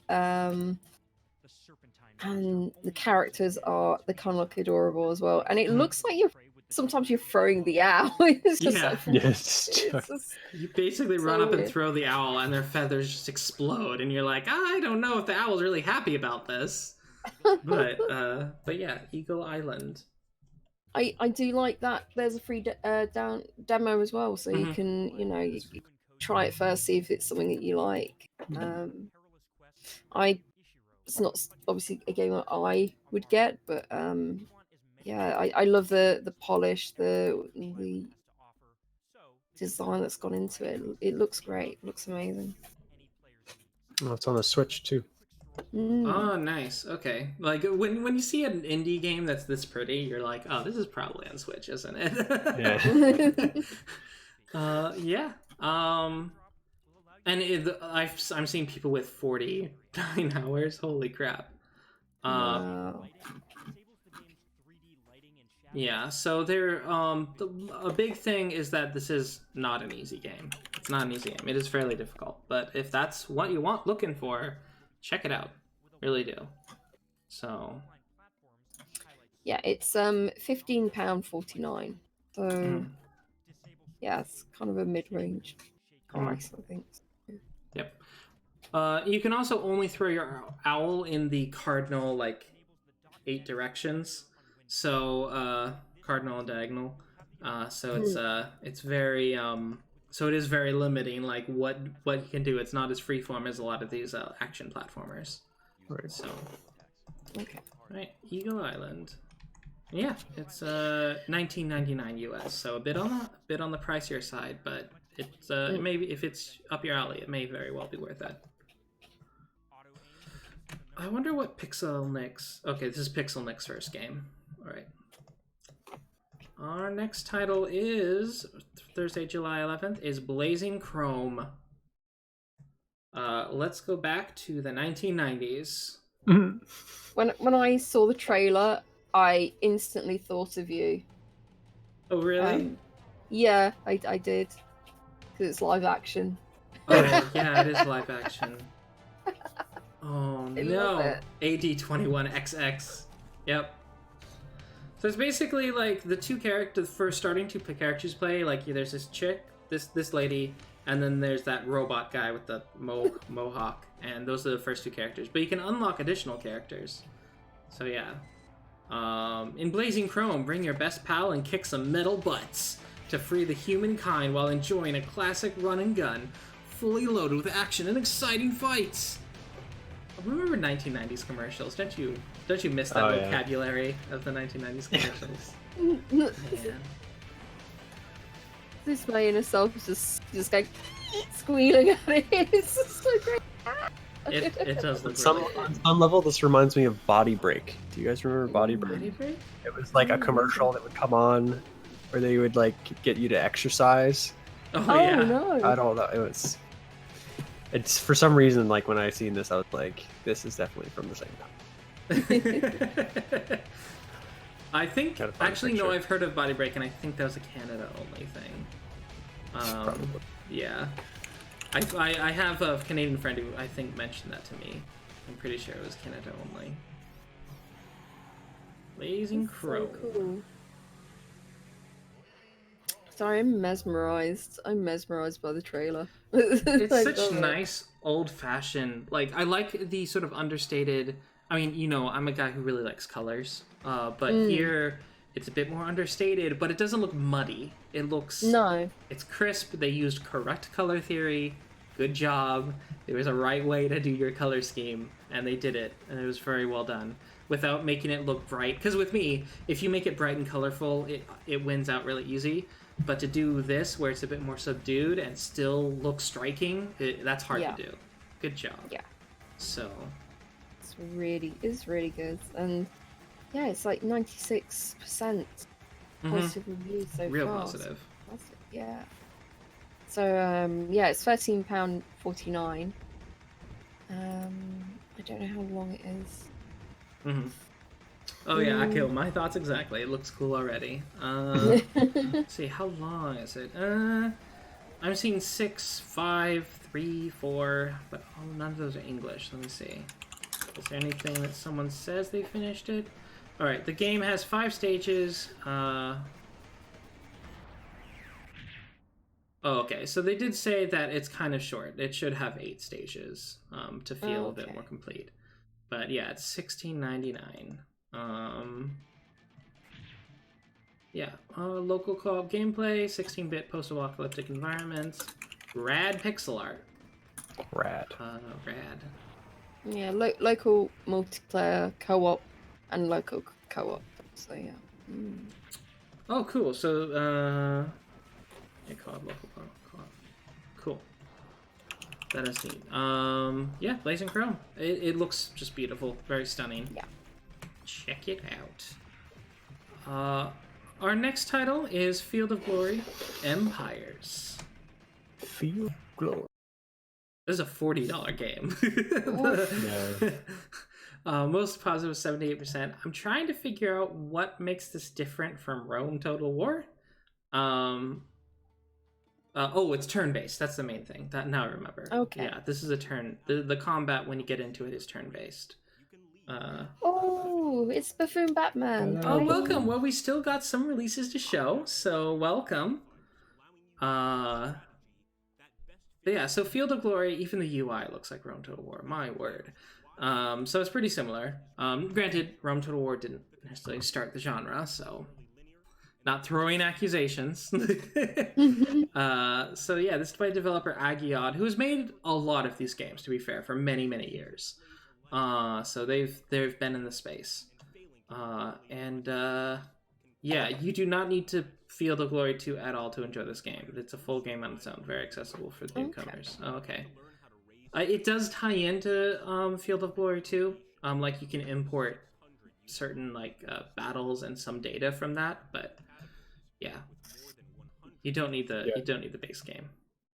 Oh, that's It's good. I just like looking through the grand strategy tag, and it's just all Total War. Oh yeah, It's Total War. Every Total War game that ever came out, oh yeah. and Sid Meier's Civilization. Mm-hmm. I cannot get into Sid Meier's. What I want is a game that feels like Total War, but none of the RTS. Okay. Because I don't like real-time strategy This at one. all. Yeah, I found you found one. It's right here. Yeah, and this might be it. The main thing is just like when you get into the battle and you have to like do this sort of turn-based fight, and it's just like, that might be kind of slow. It depends on how much it slows down the game, because my big thing is just like, okay, spreading over the map. Oh no, I have to figure out who to make a deal with, that kind of stuff. That's what I'm really into. And Civ is just too it's just too complex. It takes it to another degree. Yeah, this almost reminds me of, well, like I played Stellaris, which is like a sci-fi. Oh, yeah. It's too complex for me. It's just too much to wrap my head around. Sometimes there's just so many things you have to account for. Yeah. But yeah. So yeah, Field of Glory Empires. Yeah, I quite. It looks pretty cool. It is $39.99. Yeah, $30.99 here. It's 45. nice environments and maps and everything, but it's just not in my wheelhouse. Sorry. And and the thing is with this game, that you're going to get enough of a game because a single campaign takes 150 hours. So, yeah, you're going to get your time. You're going to get your time worth in these types of games. You don't even have to know what the reviews say. All right. But yeah, it's 78% positive. Next title is Red Hot Vengeance, which we did mention before. This is a free game, though. That's a top-down shooter. Freakout Calamity was the other one. Yeah, and so this is like a monster, like you're taking vengeance. Like, he had one rule: no killing women or children. When a hitman is double-crossed by his employer, he brings forth a night of carnage and bloodshed. So I guess it's like a some hitman that got betrayed.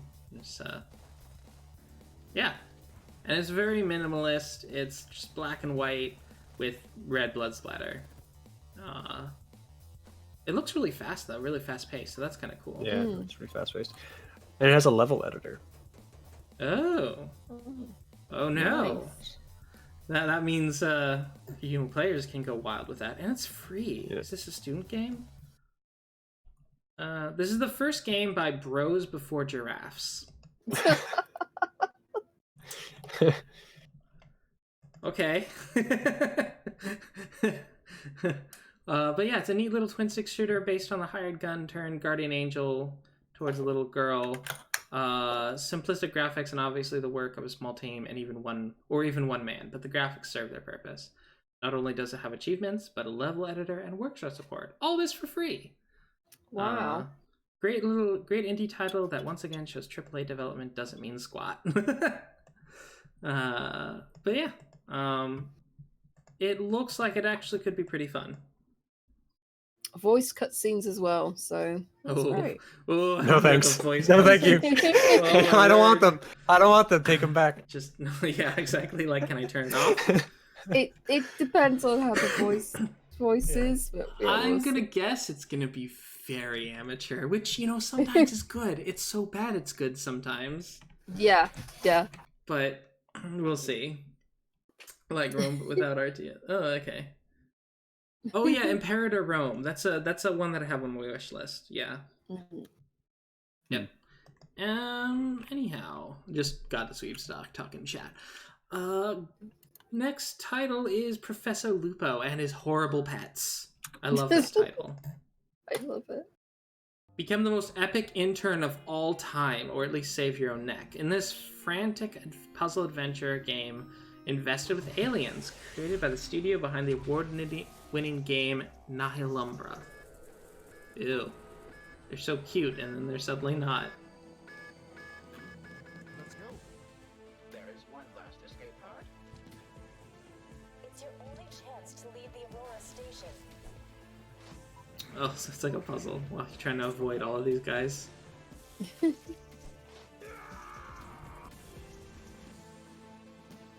So I still feel like the art is still just a little bit crunchy still. Yeah.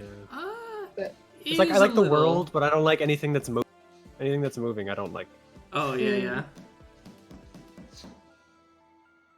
Yeah, everything that's moving is just a little off, but. But I do like the concept. This might be kind of fun because it is kind of a more it's like, even though it has stealth elements, it's a bit more. It's a bit slower paced. Like everything's moving a bit slower, so you have a bit more time to figure out, like, okay, how do I beat this level? And I do like the end of the trailer. It shows some death scenes, so that's great. Oh, well, this comes with a free demo as well, free so demo there. that's always a good thing.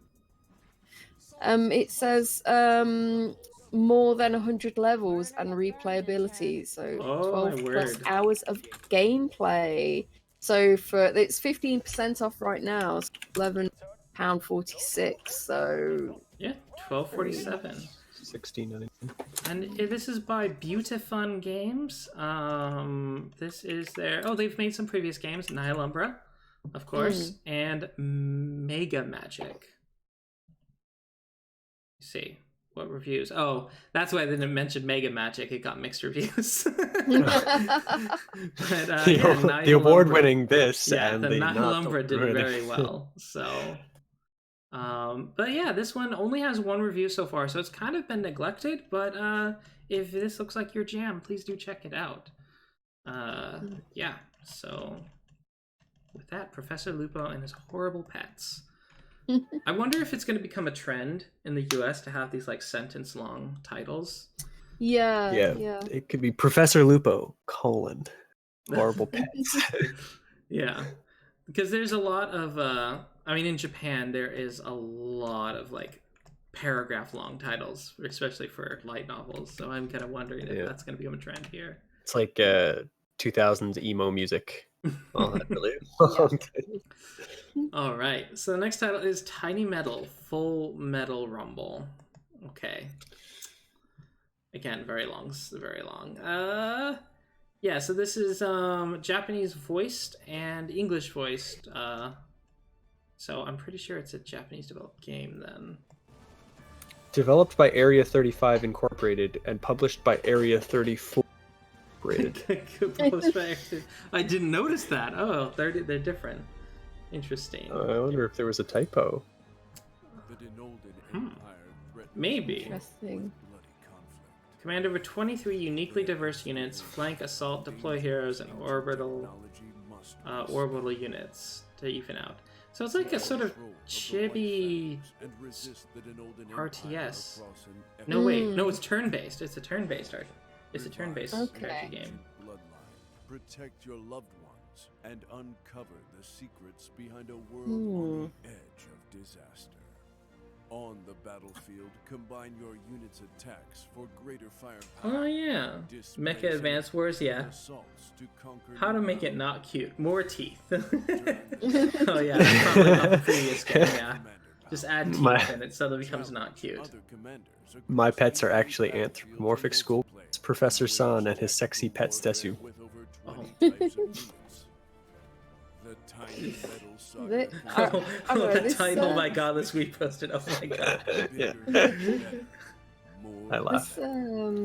This, the end of this video just said Area 34. So I think the developer Area 35. I think that's a typo. Yeah, it might be a typo because Area 34.5 only brings up one thing, and Area 34 also only brings up one thing. Yeah, but it's like the video actually had like, oh no, it says Area 35 there too. Okay. Oh, the beginning. that's weird. Yeah, the beginning. Okay, the beginning of the video it says Area 35. Very end of the video, Area 34. Unreal Engine. Why? Weird. What? Okay. It's a weird thing to do. Just trying to confuse us. Why do you want to confuse everyone? Maybe they just have like different studio teams, so they're gonna have Area 36. Yeah, like they might have a group of people that does this and a group. It's complicated. Why? They could just call themselves Area Games, or something like Area Incorporated, and just have the internal names. Or Area 3X. Yeah. I don't know. I kind of like the models, the 3D models of this. again, it's not something that I Yeah. put myself. Sort of turn-based strategy. I could get into this, but there's so many other turn-based strategies that I have on my wish list right now that I'm more eager about. Yeah. I'm not sold on this aesthetic. If I hear really good things, I will put it on my wish list. But yeah, it is in a genre that I normally play, but I just have so many other games at the moment. But yeah, looks cute. Yeah. So I'm just wondering what thing they have that makes this game stick out from the rest. Because like you were saying, it's that you have so many of them. The overworld is really beautiful. That's one thing they got. They got a really nice overworld. Yeah. But otherwise, it feels very similar to like, was it War Tune? Let me bring up War Tune. I think that's... No, that's not right. Warsong? It's in my wish list. Let me go to my wish list.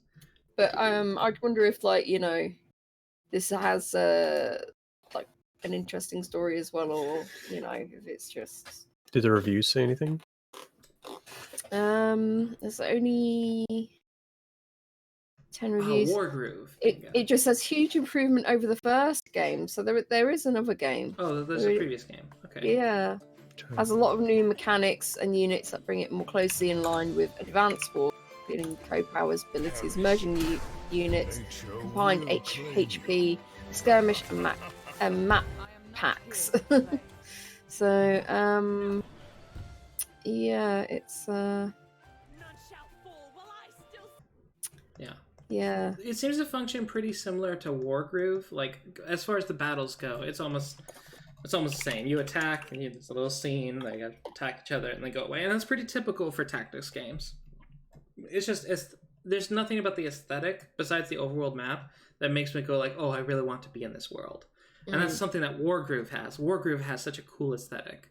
This one, I don't know. It'd have to sell to me. Like, there's nothing that's telling me that, like, oh, this is a really cool world. Yeah. Yeah. It's you know, it looks really polished. It looks, you know, it like that chibi look is kind of cute. But yeah, it's I want them to really sell it to me. Yeah. It's cute, but it's kind of like a blob cute.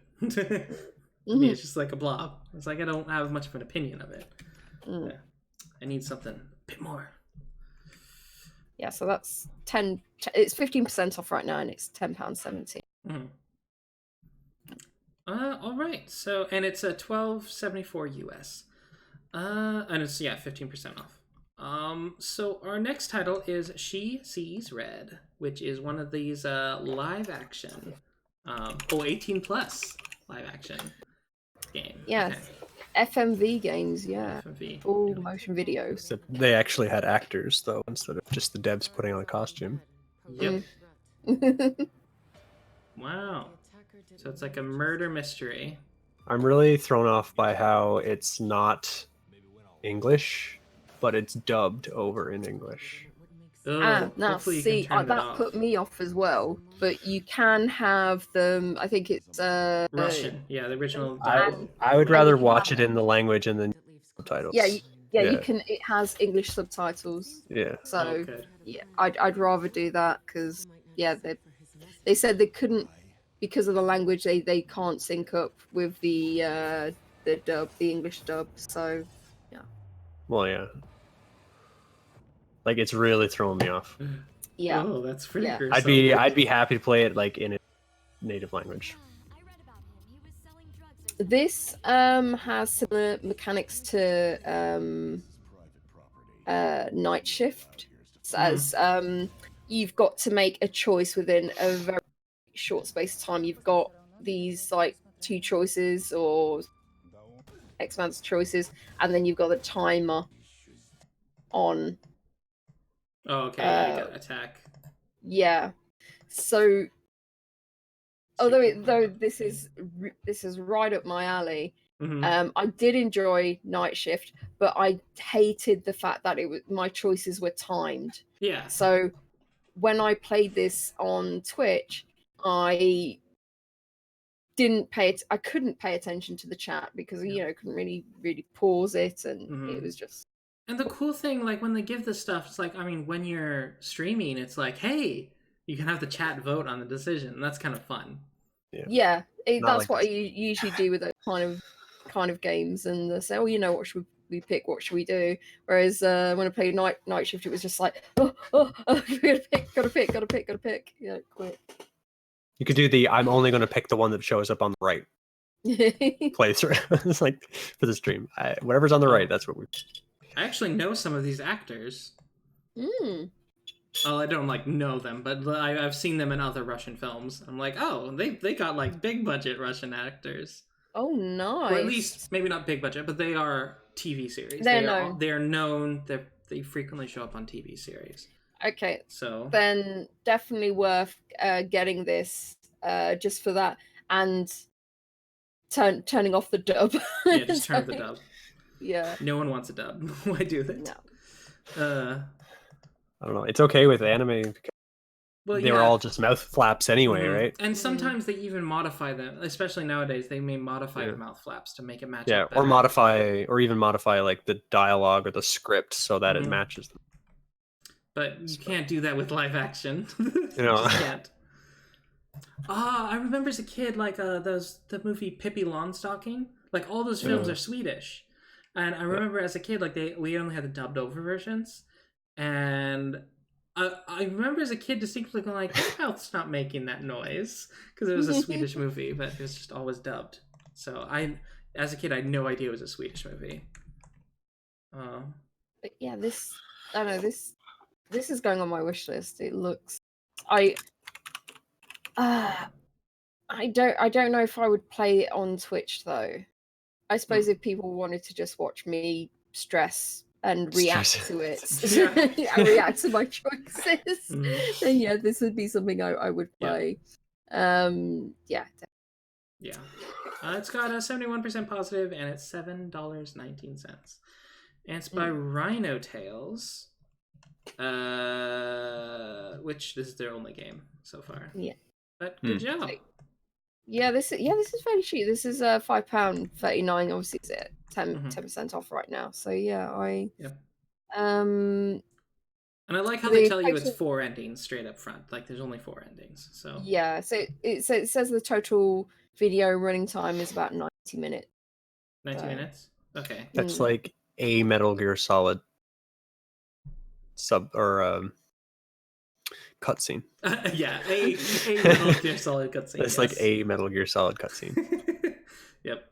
All right. Our next title is Spy Tactics. Well, our next and final title is Spy Tactics. Spy Tactics is a mix of puzzle and turn-based strategy about fascinating adventures of a spy. So it looks like it's a board game. That's kind of weird. Interesting aesthetic. Mm-hmm. Oh, it's one of these. It's one of these. Yeah, so these are actually pretty common. I've seen a lot of these in Japanese games where it's a on rails sort of. You travel on the rails, and it's a board game. You're basically trying to go up behind people. It's not very immersive. Like I don't particularly like this when I see this in an RPG. But it is a game type. It's a board. You just have to think of it as a board game and not an RPG or a story game, and it can be pretty okay. Like it's figuring out. I have Lara Croft Go in my library. It's like Lara Croft Go. It's actually good looking, and it's half decently fun. And it's exactly like this. It's like everything's on rails, and it's a puzzle while you have to come up behind everything to kill it. Yeah. And with that, it has a demo, and it's $2.69, so it's not very expensive at all. It's 10% off right now, so it's £1.88. This looks like it might be pretty fun. And at like $2.69, it doesn't really matter how long it is, or how much content there is. It's a pretty cheap game. But yeah, so before we go on to talking about the best of the list, Rody usually finds a few games choice. Yes. trash fires for us to talk about. Because we go through the list every week and just make sure you guys don't have to see a lot of the shovelware. But sometimes some shovelware is more shovelly than all the other shovelware. And we just want to share it with you guys. So... okay. Yeah.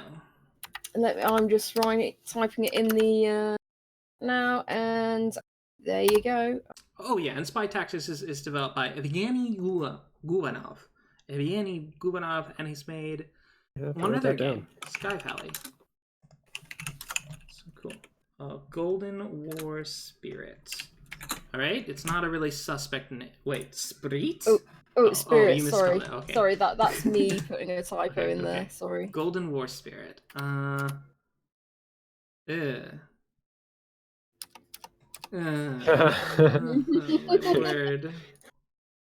Why is it so expensive? I know. That's $29.99. It looks like you could play it for $2. Yeah. And the first part of the trailer, it's just like, look, you can do a select. Look, that works. This works. Oh my word. It looks like early Flash animation. Actually, it would be pretty polished for Flash. Oh my gosh. For This is $2 really bad. For $2, I'd play it. For $2, you'd play it.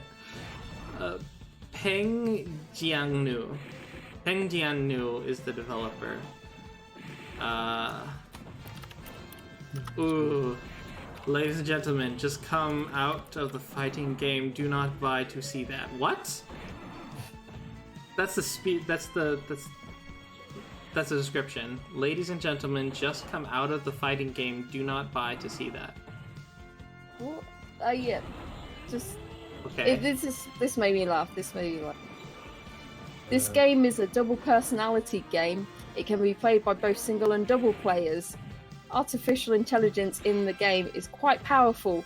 Are you sure you will win? The game is under development.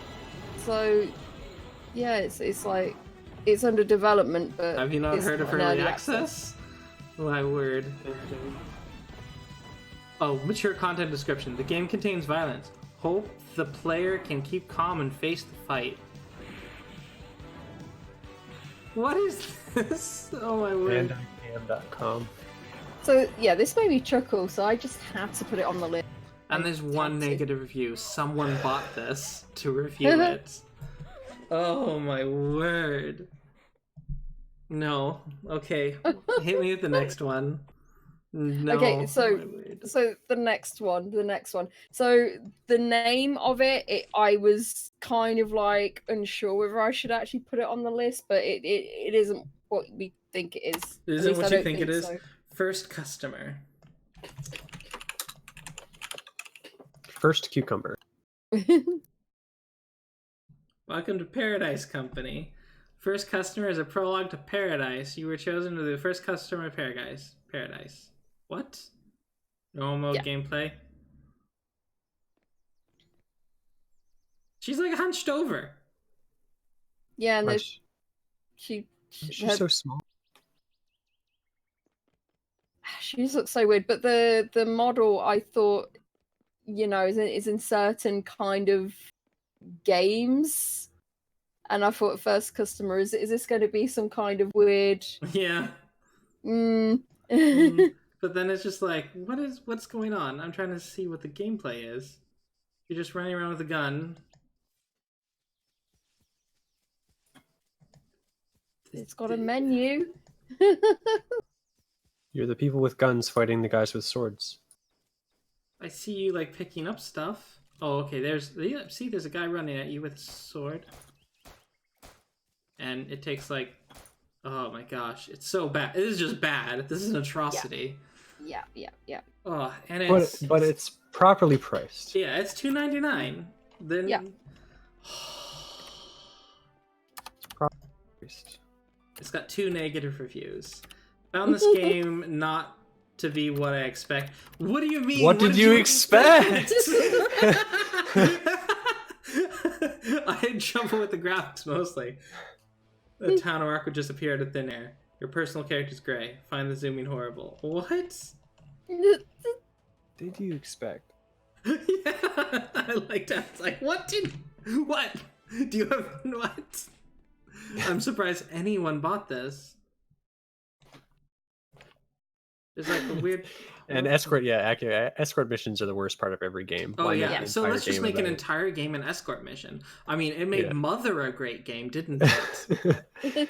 Let's play the How Good Is My AI game. Oof. No. This is bad. the next game. I think I've spelled it right. I don't. Eidolon Adventure? That looks like it's spelled correctly. 99 cents. Is a casual hang-up game. In the game, you can defeat the Eidolon to make your Eidolons more powerful. Okay. So this like has an interesting concept and everything, but the execution is just it's not great. And the beginning of the the trailer, it just looks like an inventory. You're just sorting out your inventory right now and not getting into the kind of main parts of the game. Oh, so it's like a clicker. Mm.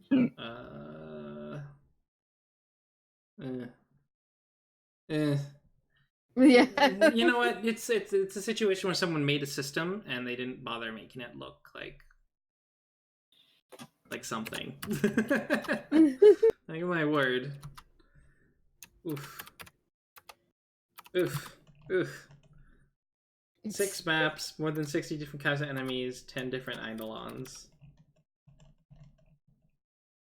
And yeah, so yeah, how much was so it's only 79p, but still it's 99 cents, but these are the kind of games I think, why are you on, if you put it on Steam, just put it on itch.io, get some criticism, learn how to learn some things and try again. Yeah.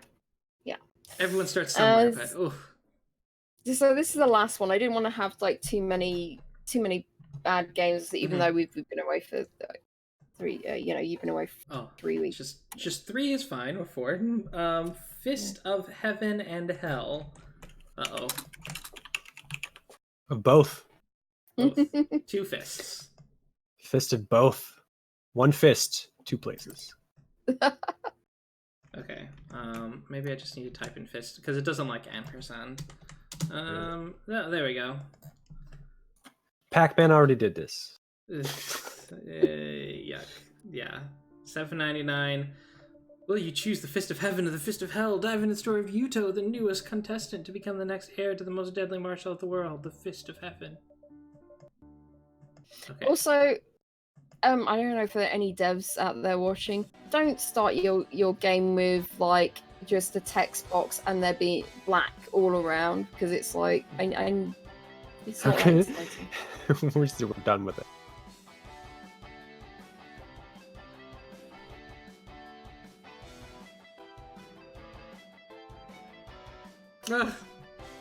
This is just so ugly. I don't know. Consider me entertained. Yeah. This is just. Oh, yeah. This little. And this is £5.79. Yeah, it's too expensive. I'm trying to say something that's not abhorrently negative about this. This is probably the least offensive of the 4 you've given us, though. Like, at least there seems to be some sort of content to this. Yeah. But, oof. Like, you know what? They could keep most things the same, but it's really just like improve the aesthetics. The thing is, like the little circle people. Yeah. These seem like just like placeholders or something. But I thought, no, you know what? Just keep them in. I mean, that's what Kirby was. Kirby was originally a placeholder, but Kirby fits in the world that they made. Mm. It's a pink stomach with the cute face. These don't apply. They're just discs. There's no depth to them. You're not a sphere. You're just a disc. Yeah. Ugh, yuck. The general features for that one has memorable characters and and also hand-picked musical score that enhances gameplay. Hand-picked. Just picked. It's picked. Yes. So someone has given it a thumbs up and reviewed it and said this game plays like an old 3D scroller, like an old school anime. It's fun, short, and to the point, and can be replayed since it allows some player choice that will affect the story. For a game made by just one person, it is surprisingly polished and pays close attention to detail. I would recommend it to anyone and rate it 9 out of 11. You know, we had another game today that was made by one person. It's called Red Hot Vengeance. Well, no, I think it's two devs. I looked at their website. Yeah, 9 and 11. But yeah. Oh my gosh. Anyhow, now that we've gotten through the list of horrors, what was the best of the list for this week? What game did you guys like the most? And for let me see, Buffoon Batman, who came a bit late, now he can know what are the 3 best games. So Topgunbunny, what was your favorite game of the list? You've gone through so many, dude. So many. Yeah, I'm trying to figure out which one was my favorite. I mean, Earth Defense Force 5, obviously. Well, yeah. I'll get it. I'm probably gonna wait for it to go down in price, so I'm gonna wait for my friends to get it too. But like, yeah, I'll get it. But I already know that I'll like it. The best bad game, yeah. Yeah. EDF. Yeah. This is what Akio was doing as well earlier. Yeah. I posted the song. Oh, the song of it. Yeah. Yep. EDF. Yep. The EDF deploys. You know what, honestly, I would have to say those 2 Shadow games that we looked at, as artsy as they were, I think that they stood out. Yeah, Shadowland and the other one. We had Shadow Fencer Theater. Yeah. Shadowland. Those seemed pretty. Yeah. Yep. Nothing else. Honestly, there's a lot I didn't. Oh, Exception. I think I'd want to try Exception as well, that programming one. Oh, yeah. Exception looks so good, my word. If just for the game itself doesn't look great, but the concept of it, I think it'd be interesting to try. Or just chant EDF, yeah. Chant EDF, yes. Like, if as long as I get to be an anime girl in a wingsuit, I'm like, that's it. That's all I need. All right, Rody, what is your best of the list? What's your favorite? Well, I think since we've had such a long list, I think I'm allowed 3 picks. I'm giving myself here. So, Bone Voyage or Bone Voyage. Bone Voyage, yeah. So yeah, I think that just needs a few more bug squashing updates, and then I it's interesting that in 3 weeks a student game ended up in your top 3. That's pretty cool. Yeah. The bars would set low this week. Oh, this one seems a little interesting. But it looks so good. It looks so good, and it's right up my alley. There's a nice point and click exploratory kind of game. I like those. The other one I think is NOYO. NOYO? Oh yeah, NOYO. Yep. Yeah, because I like those sort of like Earthbound sort of games, and it's so cute. And plus, there's a little hamster that can be in your party. And again, I think a few more patches maybe, or a patch for this game, and I think it will be. And I've got plenty of time to wait because I've got all those other games to play through. But yeah, that's another one. And my last pick is, of course, I had to pick this one definitely. Is She Sees Red. Oh, She Sees Red, yeah. Yeah, FMV games. I have a soft spot for them, and some of them. The ones I've been playing lately, definitely, they've really ramped the quality and the stories of them. They're so good now. But yeah, that's they're my 3. Well, but what about you, Julie? What has caught your eye? In the whole list this week, there was really only one that stood out super big to me, and I think that was Atma. The student game Atma, which is just so beautiful. Like, it's probably only about an hour long, but it was just so stunning that it's on my wish list. It was like no thought. I need to check it out. I need to see what the mantra system is like and how the boss battles work. And yeah, I really just want to check it out. It's so beautiful. But yeah, so I'm looking forward to checking it out. And it's free. There's no barrier to entry, so I might as well download it right after the podcast and play it. So nice. So hopefully I have a report for next week about how good it was. Because I'm pretty sure it's going to be good because it's got an 85% positive.